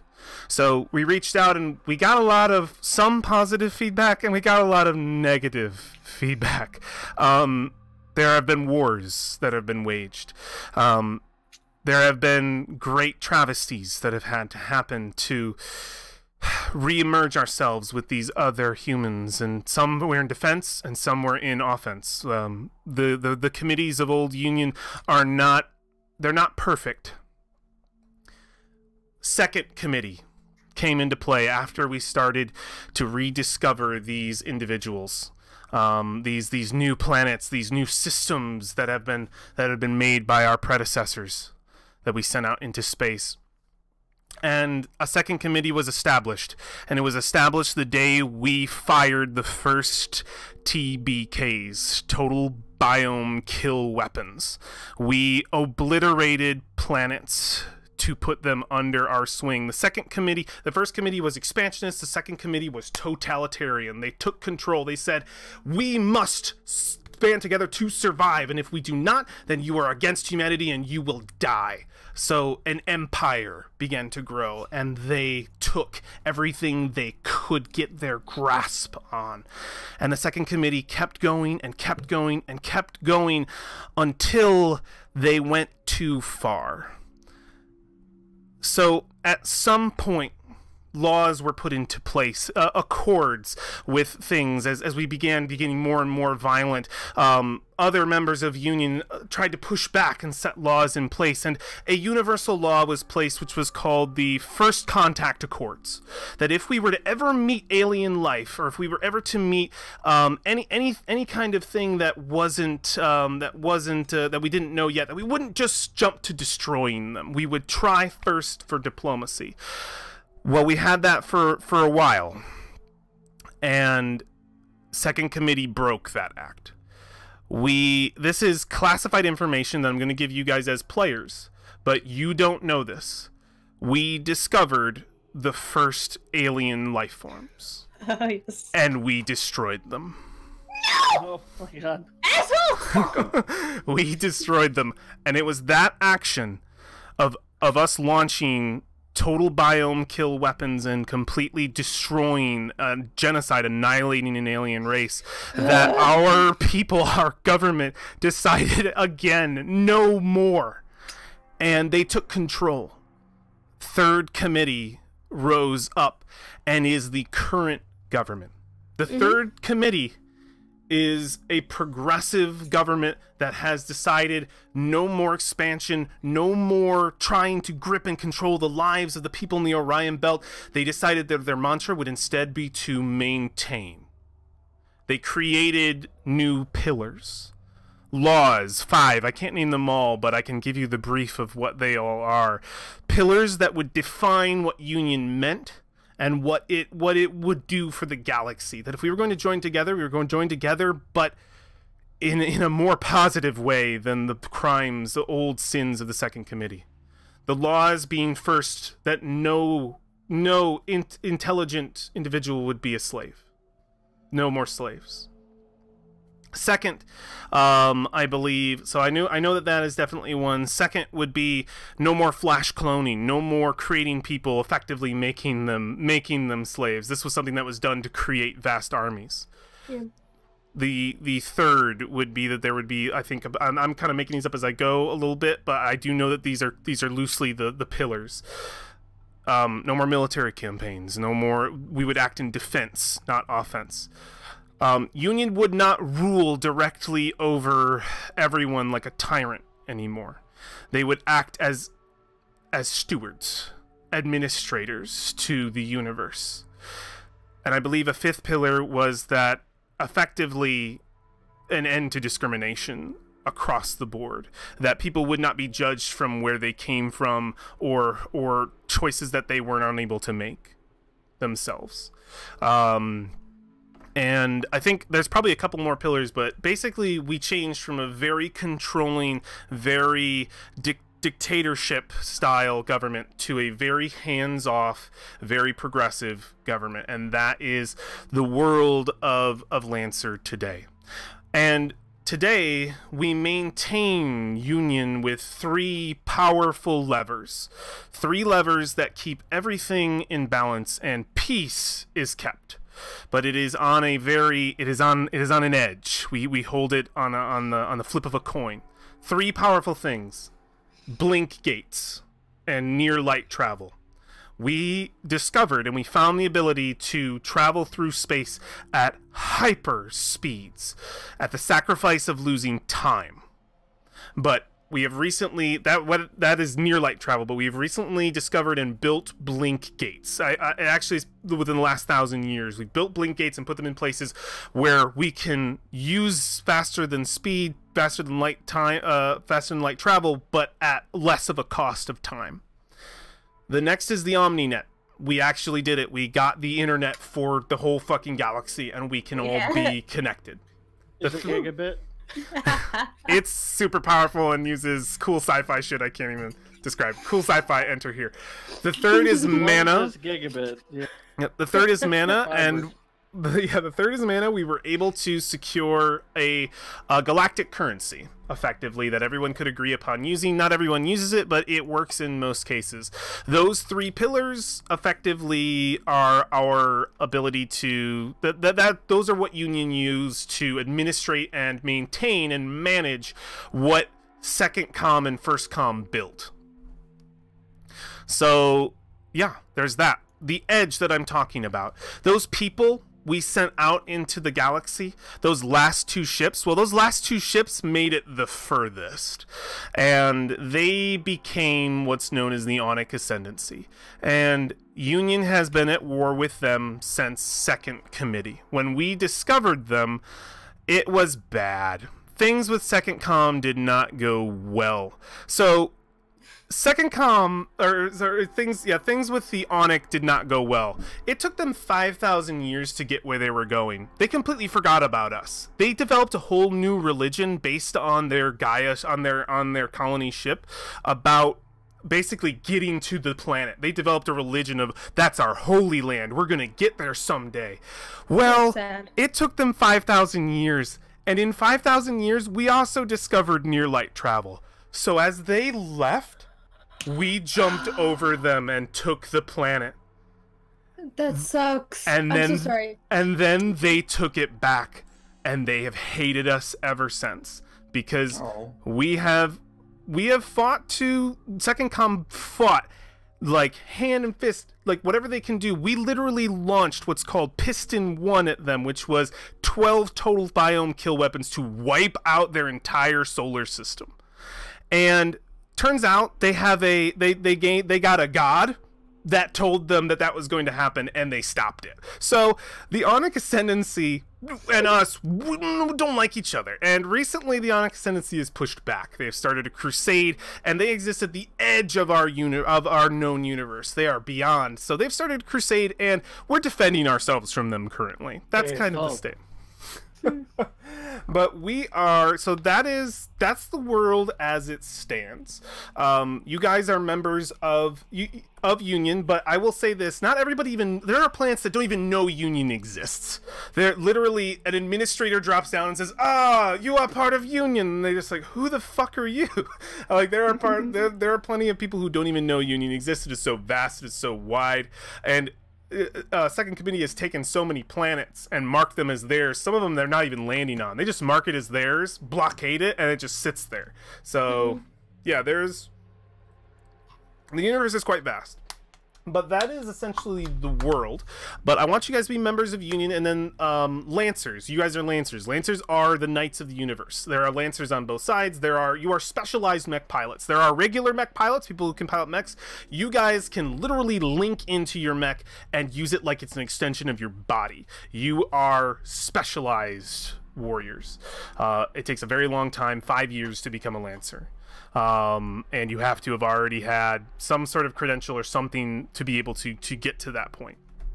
But yeah, this is the setting of Lancer. I hope it's interesting for you guys, and I hope I didn't blab on too long. So is this Lancer setting, or did you write this shit? This is Lancer setting with a little bit of my filling in blanks in little places. I cried. Yeah, I got a little emotional about us dying out, because it's sad. Yeah. It's sad, but that is the universe of Lancer. So in my mind, and I want this to be kind of open, so there is a lot of different places you guys could be. You could be part of a mercenary company that totally works. Oh, one last thing I have to mention. There's a difference between two things: cosmopolitans and Disaporians. Disaporians are people who live in real time on planets. Cosmopolitans are people who use blink space and near light travel. They live a completely different time span and can last many hundreds of years because they experience time at a different pace. So if you're Disaporian, then you've only experienced real time. If you are somebody who travels a lot, who traveled through space a lot and used blink space and near light travel, especially near light travel, you could have technically been alive for like 1,000 real time years. Okay. So that's possible. So there's a difference between those two types of people who experience time differently. Cosmopolitan life is very lonely, very, very sad kind of thing. You may have experienced, like, you might come out of Cosmopolitan and be like, oh, there's a new committee. Okay. Just like, oh, I was alive for second. Oh, I was also alive for first committee. Like, I've been in blink space for a real long time, bro. How fast is travel again? Near light travel. You are literally an inch from light speed, and it actually works with science, because if you reach light speed, it will push you back and slow you down. So that's why time warps around you effectively. So you can arrive in a place like that, but when you get there, could be many hundreds of years. So for you step into the machine and you launch towards a thing that's 100 years away, and you're there like that, but 100 years have passed. So the real time still happens. My family's dead. It's fine. Blink space is much better, because you could go basically what takes about 10 years in near light speed takes about 10 days for blink space. Blink space is much more forgiving. So we could be a part of a mercenary company, which I have a good one to talk about. We could be part of the Albatross, which are like cosmopolitan, like, heroes who exist they are constantly in near light speed, and they have existed for many thousands of years. They're like a super paladins that just show up when people need help. They're really cool. The Albatross are interesting, and you can have these guys be from your history. The mercenary company is the Mere Smoke Mercenaries Company, and it's quite vast and accepts many people. They're called the Garbage Men of the Universe, which are fun. You guys can be part. You guys could be part of the Union Naval Department or the Union Intelligence Bureau. These are members. You would be directly assigned to Union, or you guys. So those are just some base ideas. There are also 4 corporo states that control different parts of the galaxy. They act under Union, but they're kind of their own countries. You've got Harrison, or there's actually 3, sorry, because one is a secret. There's Harrison Armory, which, by the way, that's where Second Committee all ran. So the Nazis are over there. So Harrison Armory, that's where they all ran, and the dictator Harrison is. So then there is... Probably we don't want to be that one. No. Probably not. No. IPS North Star, which is essentially a package shipping company. Like they are Amazon. They're the UPS of space. That is kind of their thing. My camera is wigging out. I don't know why. I'm shut it off, turn it back on. It's me. So okay, cool. Yeah, let's all adopt the last name Porter, and then we it's can Planet Express. So now... Yep, it's Planet Express. IPSN is Planet Express. They work with certain they're like a delivery company thing, but they build a lot of mechs. Each of these companies I talk about builds a mech, so a type of mech and mech things, and you guys can pick mechs from them. So we did Harrison Armory, IPS North Star, which are two companies merged together, by the way, which is fun. And then we have the Smith Shimano Corpo. So the Smith Shimano Corpo is interesting. They are they're a virtual reality state. If you join the Smith Shimano Corpo, you are probably somebody who's heavily cyborged their body. By the way, it's illegal to go full AI. You cannot go full AI. First Contact Accord say it. You cannot go full artificial intelligence, because if you do, there's a price to pay. Don't do it. That's a law. So, but the Smith Shimano Corpo, they get very, very close. They literally, basically, their worlds tend to be barren asteroids filled with pockets of colonies where people just sort of live in tubes. But they exist in a completely virtual world. They are super connected into the OmniNet, and the thing about the Smith Shimano Corpo is they are probably the biggest advertiser in the galaxy. When you see advertisements come up, it's a lot of just like beautiful anime like characters that are just like, wouldn't you like to live? Oh wait. Wouldn't you like to live in this wonderful world? It could be yours for a simple price of... And never moving again. it's very like advertising that. They do a lot of like body manipulation and change and things that you can do. And yeah, that's the Corpo. The SSC as they're called. And then the last one is called Horus. And Horus is not known as a corpro, as one of the corpro states. It is the underground. These are the renegades. These are the people who hack and get into shit and blow stuff up. They're the terrorists. They tend to be terrorists. Some of them aren't. Some of them are trying to work towards good. Some of them are trying to work towards bad. Horus represents chaos in a lot of ways. They are the dark net. They are the deep stuff. And if you become a Horus agent, you don't tell anybody that shit, because if they find out, you can get in a lot of trouble. And it is also a very popular rumor that for someone to become a Horus agent, you would have to kill a previous one. So they are your sort of dark net mafia situation, and they don't have. And it's really cool. If you go to your compendium and click on it, this is just fun. If you go click on it and go to manufacturers in the top left, and go down to, you'll get a little description of each of these. Go down to Horus and hover over, and just hover over the little block at the top of Horus, and it like goes all digital. It's kind of neat. But yeah, those are the four corpro states.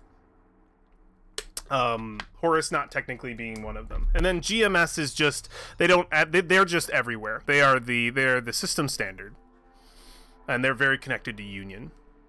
So that's our world, and it's kind of up to you guys where you want to start as Lancers and what you want to do. I've given you some base ideas. There's these corpro states, there's the Mere Smoke Mercenary Company, Union, being a part of actual Union, and then there's the Albatross, which are pretty cool, like paladins of the galaxy. But it's kind of up to you guys which one you feel fits for you dudes as a group. So I'm gonna shut up now, and we can talk. Well, I'll be here to talk, but I want to open the table to like where we kind of want to start. Because we could start at a Blinkgate station, we could start on a planet, we could start on just a satellite station, or just in space, or on a ship. It's completely up to you guys what you think is cool and what you guys want to be a part of. And you guys can choose individual, by the way, you can choose individual corpro states to like have allegiance to if you want to, and still be anywhere. Okay. Oh, I'm totally gonna try to go Horus, guys. That's just my inner. Yeah. Also, I wear like I always am like dressed up like there's never a time I roll up my sleeves because I'm about to go illegal AI all the time. Like I'm borderline too much cybernetics. Oh, that's great. My goal is to become AI. You're pushing the first contact accord. Oh, so close. Maybe before the end of tonight, I will then become on the run. Oh my god. AI, I'm so sorry. I keep on remembering stuff. AI, first contact awards, I'll say AI are no longer called AI or robots. They're called non-human persons, NHP. They get some rights. So that was another thing. That's why and one of the things is humans can't become AI. That was kind of a line drawn. There was a whole robot revolution. We don't want to deal with that. Oh, Detroit become as every sci-fi thing happens since Dune. The non-human self-aware. Yep. Identify as. Exactly. Now I just have to actually identify as it. I just imagine a waffle iron conspiring to kill humanity. So I have ideas where to start, but I want to leave it open to the group to see where we want to go, where we want to begin, what we want to do, what we want to be doing. Is everyone we thinking like mercenary company? Mercenary works. I'm thinking I'm a former Harrison. I was a super soldier for Harrison Armory. Clone from Harrison Armory. Yep, that fits so perfect. Broken free. Dude, you're a clone soldier. I'm a clone soldier. Yeah. So it makes sense that all I know is give yourself a clone quirk at some point. Okay. It's always fun. You can come up with one. There's a list, but don't worry about it right now. But you can come up with a cool quirk, like one of my eyes is just completely glossed over, or anything I have an extra arm. Marker. He's got markers the inside of his eyelid. That could be it too. Yeah, that could be it too. He goes full Total Recall. I'm going full Bucky. Somebody's going to say washing machine, freight train. I like that idea that you've escaped. Escaped it. Sleeper agent. You guys think I think I escaped it. Mm-hmm. So Josh proposed mercenary company. I'm absolutely cool with that. I'm gonna be cool with like anything. I think it's a super good and easy starting point. Yeah. It is. Yeah. I think you can do a lot. It could start as mercenary company and then can end up being something else. Yeah. Yeah. If everybody's cool with that. We get in too deep, right? Yeah. I like that. So yeah, Mere Smoke Mercenary Company, just a little more on them. They accept anybody. They're known for that, for the universe. Like I said, garbage men of the universe. They're a great way for everybody and anybody to make their way to being a Lancer pilot effectively. You officially become a pilot, I think, after you make what's called a Lancer pilot, once you make what's called the milk run. And after you make a milk run, you've been accepted effectively into it. So you guys have all had your milk run. There's probably a chance that y'all did it together. So maybe that's how you might already know each other. But you've succeeded on your milk run, and you've gotten your license to be an official Lancer in the company. You might have been with the company longer. It's completely up to you what you want your responsibility to be. So the company's very Cowboy Bebop. It's very like your officials are going to be these dudes leaning back in chairs wearing all kinds of clothes with like buttons and shit on them, and it's be like, all right, I'm gonna need you to go down to that planet, and there's a bunch of rebellion. There's like a rebellion down there, and we need it quashed. So why don't you go down there and make that a thing? that's very. You're gonna get a lot of stuff from like a lot of different people. But what are totally getting a super intelligent corgi. A super intelligent what? A corgi. A corgi? Oh my god, that's great. That's actually my character. I'm actually a genetically engineered corgi. Engineered corgi. Perfect. So, for the Mere Smoke Mercenary Company doesn't have a central base. They have what's called a that you have a what's the military term? It's not a legion. I think what's like the next thing down. What? Not a squad. That's too small. Fire team? Not a fire team. Bigger, like 300. Would that be a legion? Kind of thing? I'm not sure. I would say I would call them legions. So they're probably more likely on a ship, but they could be stationed on a Blinkgate station. They could be on a planet. They could be on a satellite, like circling a thing. But that's like a full PMC. Yeah, they tend to be pockets. What's a PMC? Private military company. Yeah, they're a private military company, but they exist in pockets that are technically connected together, but very loosely. It's kind of like, oh yeah, we're Legion, and the Legion has like a cool name, which I want you guys to decide. Like, we're Legion, fucking Firefox, and we're over, and it's like, this is our ship, the Firefox. Chrome. This is the ship Firefox, and we work out of here. We're the Mere Smoke Mercenary Company, and most of these ships, they just have to check mark the basic boxes. They get a thing of just like, want to be part of the Mere Smoke Mercenary Company? Well, you just have to do this and this and this, and you're part of it. So pat yourself on the head and rub your stomach at the same time. You did it. You're a part of the Mercenary Company. So welcome to the Mere Smoke. You guys are probably all part of, like, it's probably going to be a group of anywhere from 300 to 1,000 stationed somewhere. Ship, blink gate, planet, satellite. What do you guys think? And then give me we need a name for this Legion that you guys are in. I want to be. So would a blink gate kind of have like a bar and all that shit? Just like a blink gate is like a city. It's like a like, space city. It's like a space city. They're quite large. Think of them as like 10 ships smashed together. Could we be in like a ship around a blink? Like we're not docked usually. We could make a ship that belongs to your Legion and have a blink gate that you're working out of, if you guys like that. Yeah. Yeah. I'm absolutely cool with that. So do we think that's sweet to have a ship based at a blink station? Yeah. Okay, so what's the name of the ship? What do you guys think? What's your the name of the ship and the name of the Legion are the same? Pipsqueak. Obviously, the Sorry. Oh, I heard that a lot today. I'm like, sorry. Nuh-uh. That word was repeated so much that it's in my brain still. I'm sorry. I don't know. What do you guys thinking? I'm bad at names. Me too right now. Sorry. I could come up with a name really quick. I have some roll things if you guys want me to roll, and if it sounds cool. We need an epic sounding one. I can give Gunpowder Plot. Like, Gunpowder Plot. That's neat. We need something as epic as like Forward Unto Dawn or something.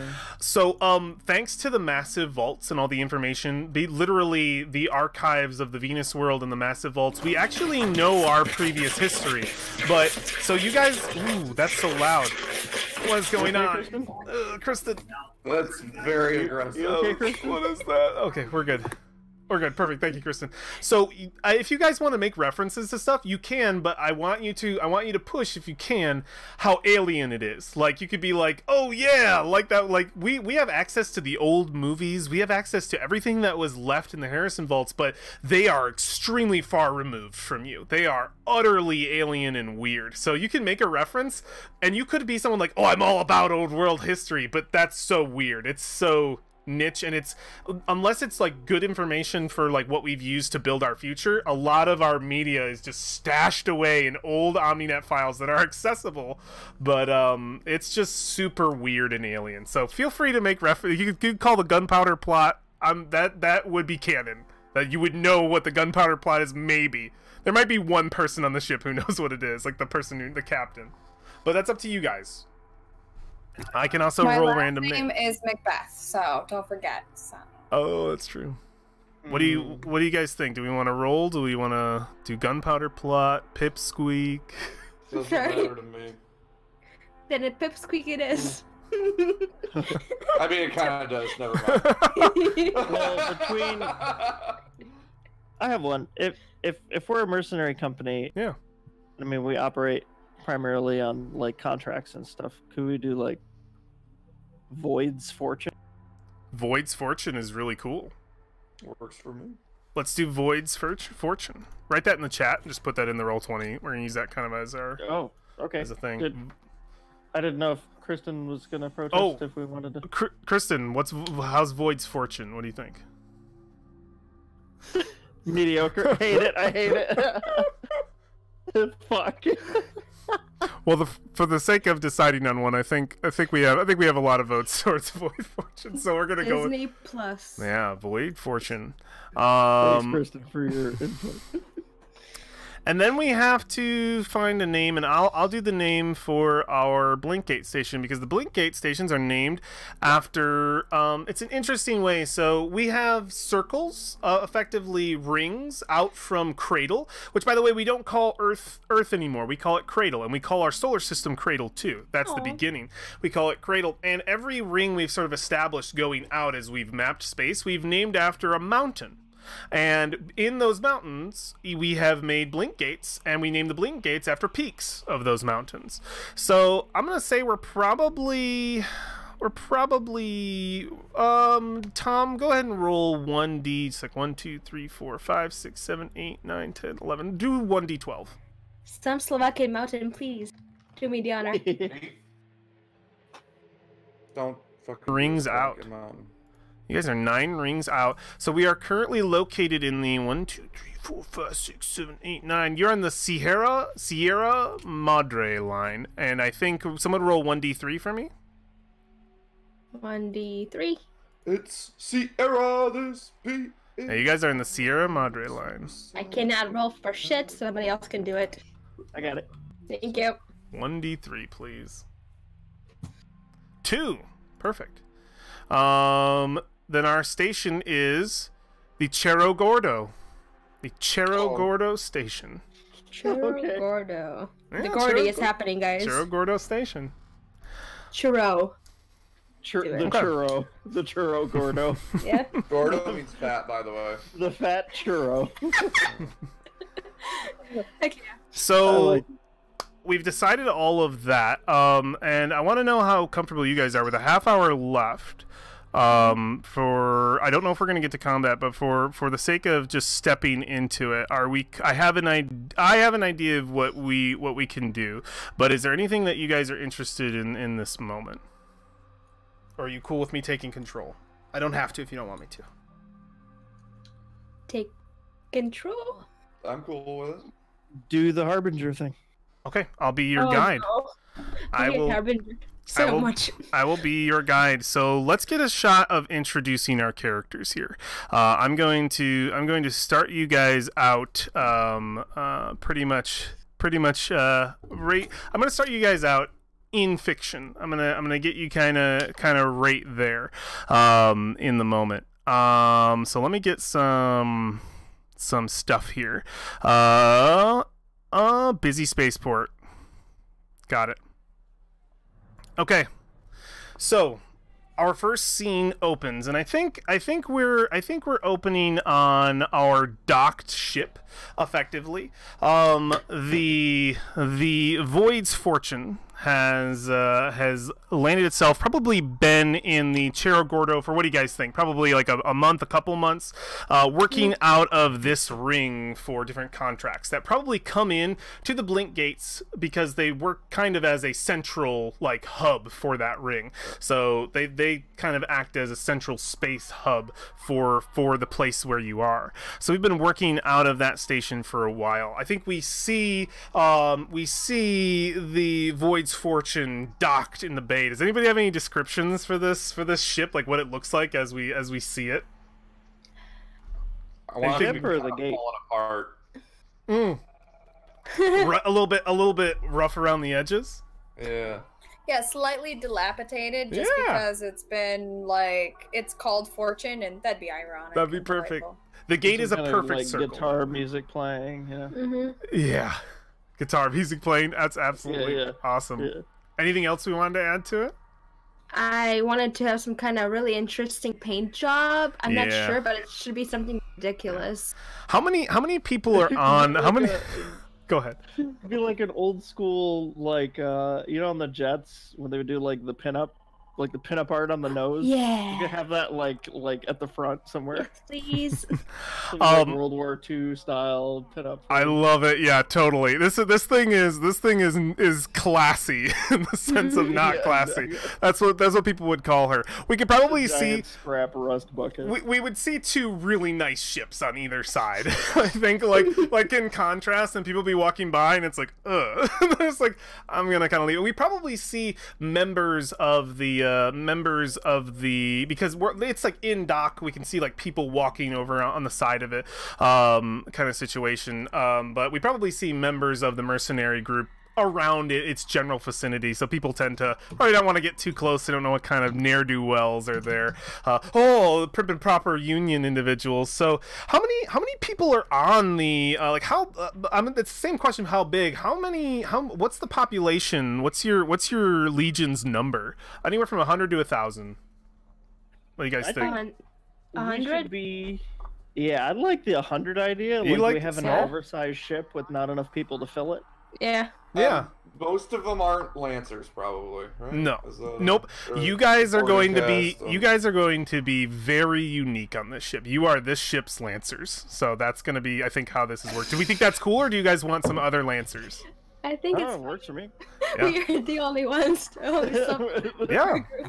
Having one other Lancer who's an asshole to the rest of us would be kind of cool. Yeah. Just one guy. One other, he's a dick and he's a little better than all of us. Maybe another crew or something. Another couple rival group. We need. I'm gonna get this guy's name right now. So we're gonna find out who this guy is, because he's going to be definitely important. All right, cool. Let's get Dyson Hardlight. Dyson Hardlight? Do we want to do Dyson Hardlight? Dyson Hardlight. Okay. Yeah.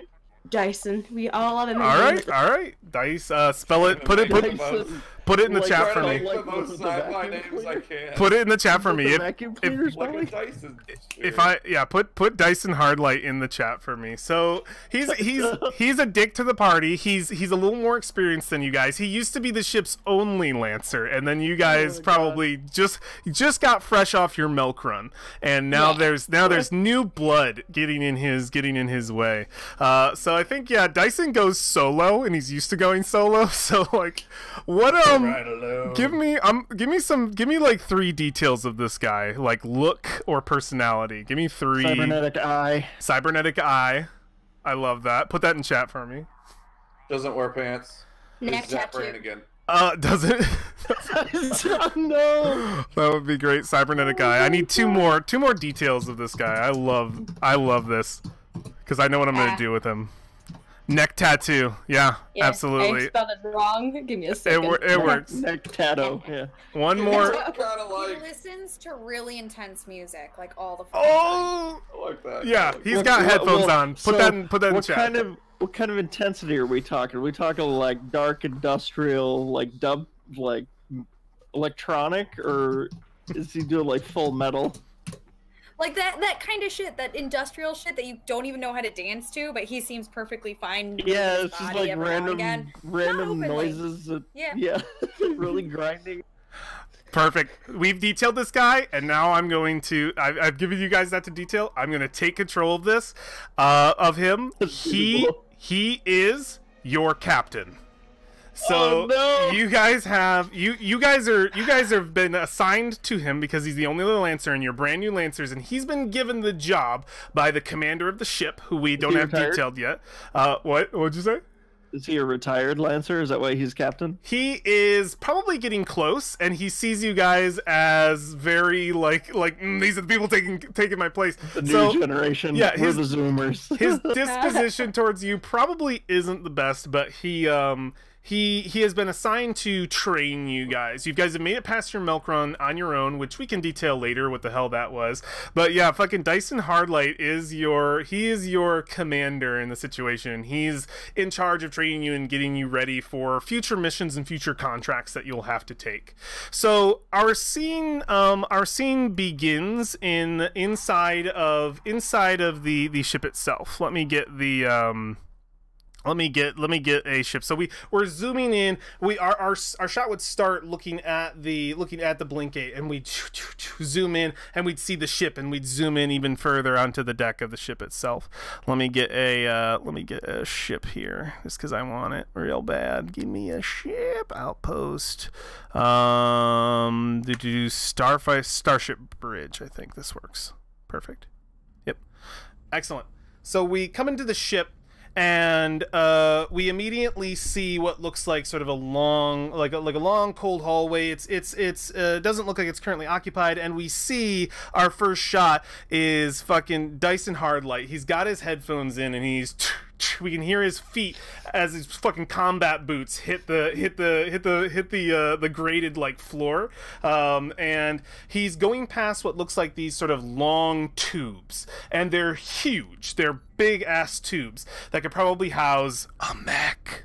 And we would immediately sort of hear like a hum as he goes down. He's got his arms probably behind him kind of situation as he's walking down, jamming to his tunes. And he looks like he's just sort of waiting for something in the moment. And we see his back as he's walking away. And immediately I think we hear like a mechanical sound come from up above us. Like the shot, like the sound of our shot definitely makes it sound like like it's from right above. And we just hear this just this sound, and he immediately stops and turns, and we see immediately landing down in these 4 tubes 4 mechs. Go in the order that you guys want to, because what happens is they land and then they kind of back up, and we see these clamps come forward and grab either side and just sort of set them in as these mechs go in. We see the clamps come over the feet, secure them all, and as each mech lands, I want you guys to describe your mech, what they look like, and then and by the way, where the chest is, where the chassis is, where you get in, that's where the graded thing is. So it would open up right there, so you could just get out onto the walkway where Dyson is. So as each of these lands, mech character. So whoever wants to go first, who's in the first tube. You got any ideas, Mikaela? I have my pictures too, and I'm like, do it. Okay, I'm gonna post them on Discord too, see what I'm seeing too. I won't be able to, unfortunately, won't be able to put that on the thing, but go for it. Yes. And this is my character too. Okay, so oh my god, yes. We can see this pink. Actually, that works. Pink pastel-y mech suit show up. It's like I can imagine everybody's like regal, but then this like neon pink just lands there. It has like weird art on it, maybe Japanese inspired by the cradle, what she has found. And this mech also has like weird like extensions, and she has extra arms, slightly smaller, so you can assume that for some detail work. And when you get over the kookiness of this neon pink mech suit, you see it open, and you just see like this even pink-haired colored girl, smaller than expected, jumping maybe 5 feet from this mech suit, like overly pink. You have like a pilot suit on with like a helmet thing. Do you like take it off? What's your little pilot? What's your pilot suit look like? It sadly matches also my mech. Yeah, you're like a Power Ranger. I love it. And lots of like the underlines are like slightly silver, so they're glowing silvery. So probably, I think she was really inspired by the old like cradle documents, and she just tried to like emanate as much as she could. And she thinks the it's massive cool. vaults. Yeah. Yeah. You see her, and when she takes it off, you see her flip her hair, pull out her glasses from her folder, and put it on, and you can see this like little girl. She looks like she cannot lift anything, but also there's something really youthful about her, but also big eyes, a huge smile, and she's like really bouncy right now. And also, I think if there's chewing gum, she'll take it out, put it in her mouth, and start like blowing bubbles. Just like, we made it! I love it. Next one. Yeah, this happened. You guys are gonna kind of come out around the same time. So technically, yeah, when you come out, your comrades are next to each other, but we'll go down the line. Who wants to be the next tube that lands down and the mechs lock in and open up? Who's next? Describe mech. Describe character. Not it. Chewing gum? Anyone? Kristen, you good? You're muted. You are muted, yeah. Take off your helmet. I'm looking. One of you two jerks go first. I have a Not track suit too. If Tom's not it, I can go. Yeah. So I also have pictures for inspiration. Ooh, okay. Cool. Ed's gonna definitely recognize one. That's fine. So there's the mech. Heck yeah. Ooh. So much. Love it. Love it. Cool. Love it. And a portrait. Oh yeah. Oh yeah. I love it. Oh, Tom so might know who good. that is. Oh yeah. You know who that is? Hell yeah. This is Jimmy. That's right. I love it. Yeah, the big mech. The only difference to that picture is that the left arm is completely replaced by the giant like chain gun, the pulse rifle. Mm-hmm. Yeah. So it kind of like it will kind of rest the chain gun down before it sets the rest of it down, just because it's so much heavier than the rest of the mech. Mm-hmm. And then the thing is gonna fold open, and Oren's gonna step out, and he's got like a white, like kind of dirty T-shirt on. He's got like a leather vest with like, he's got a big belt with holsters and stuff. And the right one, he's got his signature revolver.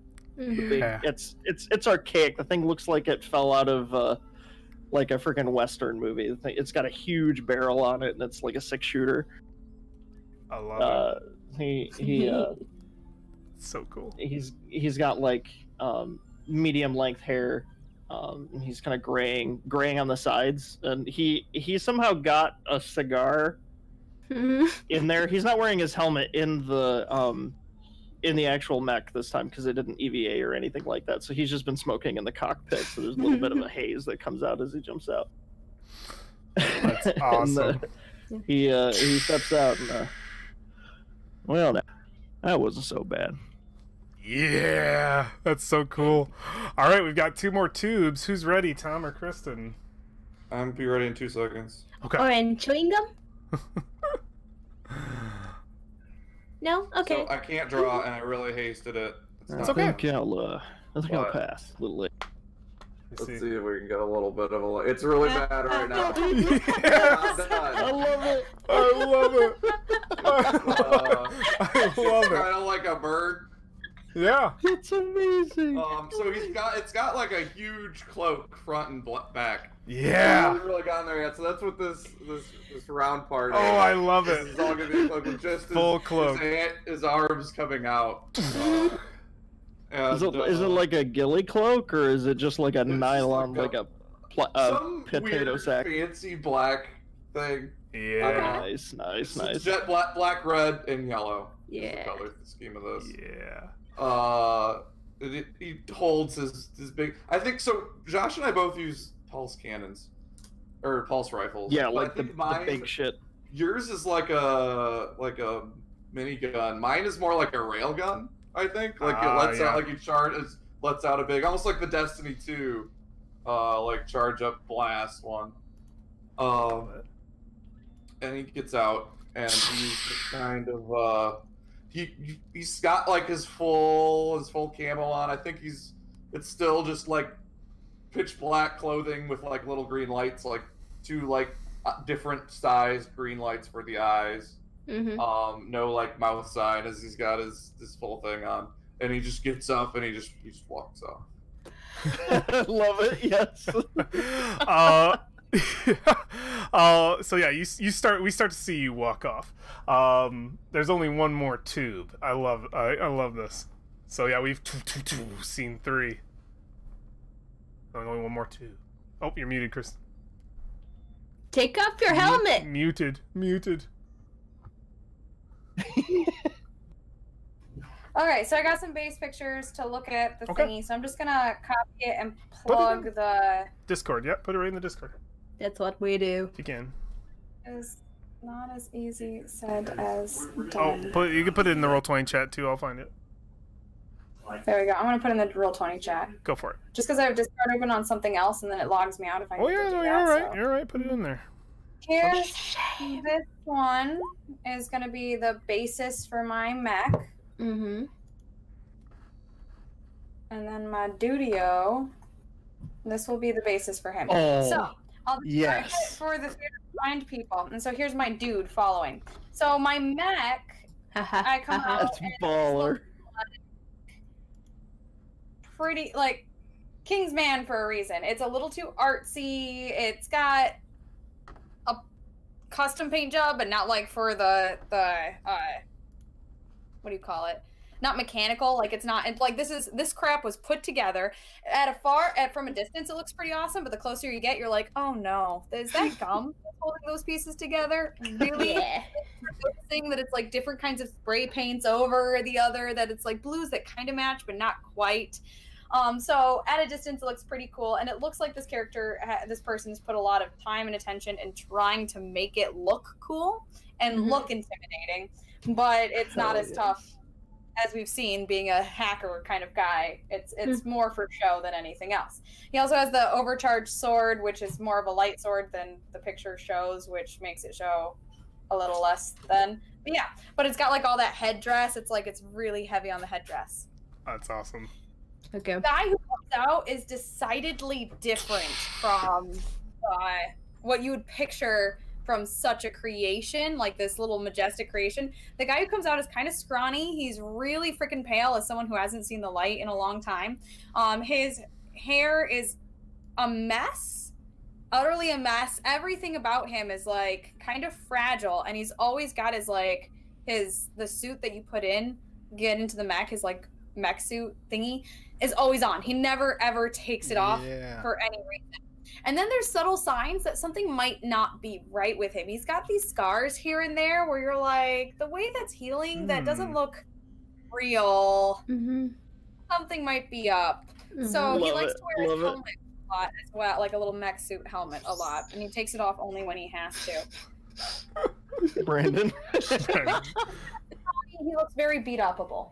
Okay. All right, so we see I love it. We see all 4 of these mechs land and open up, and you all come out. I have 2 questions for you guys. The first is, what contract have you just completed? And the second is, how did you fuck it up? I threw a bomb too soon. You what? I threw an explosion too soon. Okay, let's build off that. What was the mission, and why did a bomb getting thrown out too soon fuck the whole thing? Oops. Maybe were we flushing some alien creatures from a mine, or it was some high priority target we had to get, and the bomb blew up. And I killed the target. I'm so sorry. No, like we had to kill them, but the bomb set them off. Like they were alerted. Oh, okay. So we had to evac. Okay, guys, sneak attack. And I'm like, what? You attack? Okay, boom. No? Yeah. Oh shoot.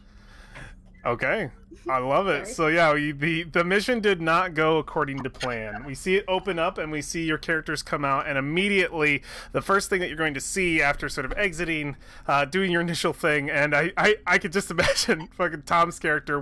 Can you guys all put your call signs in the Roll20? Go ahead. What's Tom?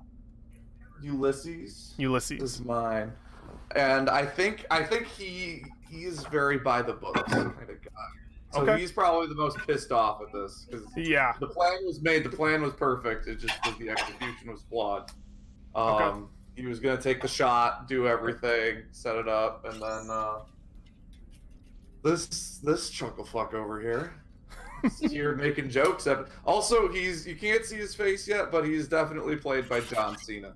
Okay, he's played by John Cena. God, yeah. I love it. He's so buff. He is buff, bald, and just the stereotypical like male action whatever look, right? Yeah. Ulysses, perfect. Yeah, throw it in chat, because Dyson totally only calls you by your guys' call signs, 100%. And then I just need, the Kingsman. All right, yeah, we see Dyson. He's like on the farthest side as you guys all come out, and he's got a big cigar in his mouth.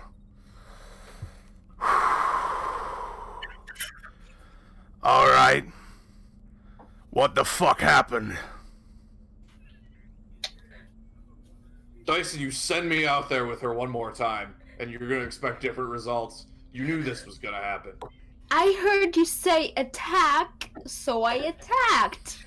I had all the explosives placed perfectly. All we needed was it to just drive up on that one point. And we didn't say attack, we said step back, you might be seen. Some premature detonation. Yeah. Okay, I didn't mean it. Honestly, I tried my best. Stop your blubbering. Stop your blubbering. Well, your best just clearly ain't good enough, alright?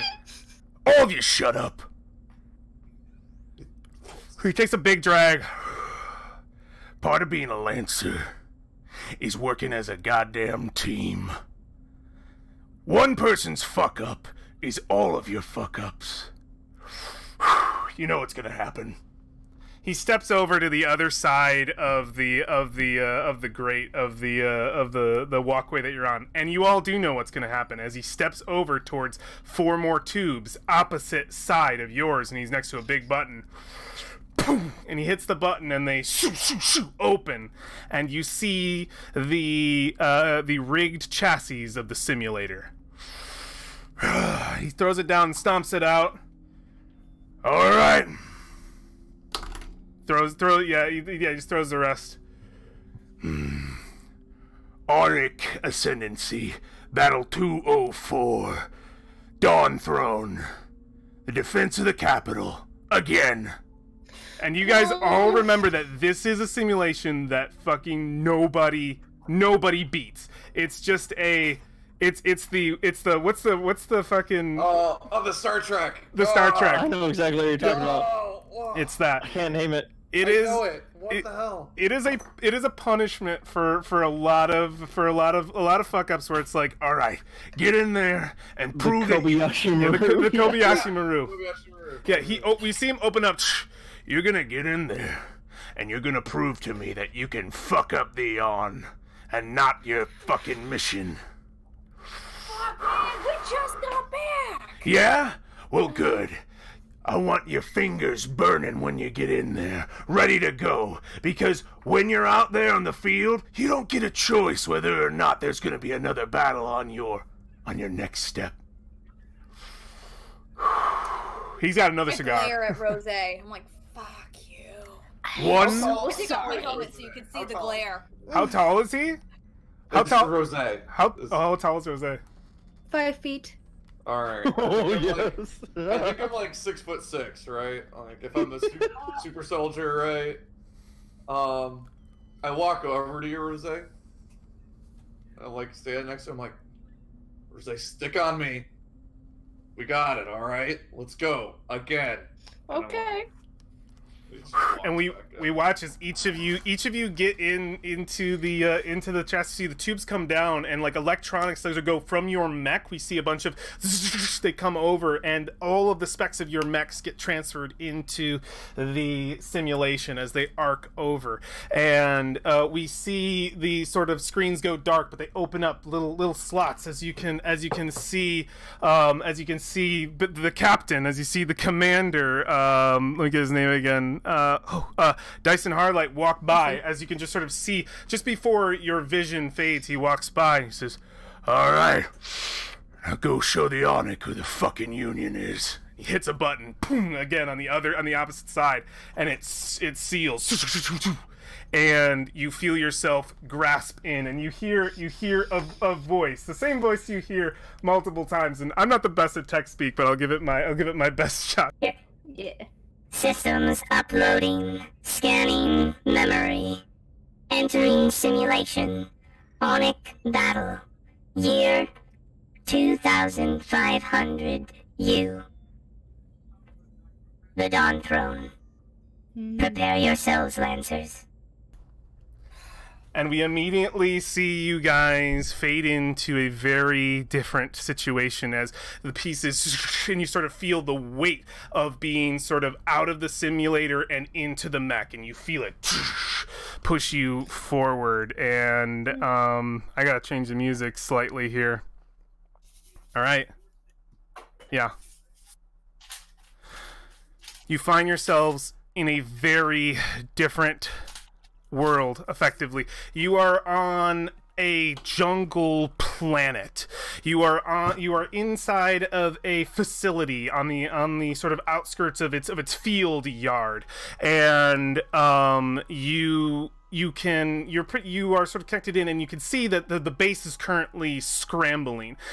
You are at a base, a Union base. You see there are tons of soldiers moving all around, and you guys are all in your mechs just launching, and you are sort of in the hangar bay coming down, and you see a mechanic just say, all right, you all ready and set? Oh yeah, come through this. He says, all right, you all ready and settled up? All right, Get the fuck out there! And he like hits another button, and you. Oh. And you guys all come off the chassis and you enter into the field, and you can hear the comms scrambling. The moment is absolute panic, and you can hear it just going off, and you can hear just sort of the overall comms of the base going off. What's happening? I'm not released. I'm not quite sure. The scanners have never seen anything like this. 15 ships coming in. Where are they coming from? It can't be a blink gate. There's no fucking blink gate near here. They're going through. I don't know how they're coming in here. There's no blink gate. And yeah. We've heard it all before. Yeah. Can we skip this conversation?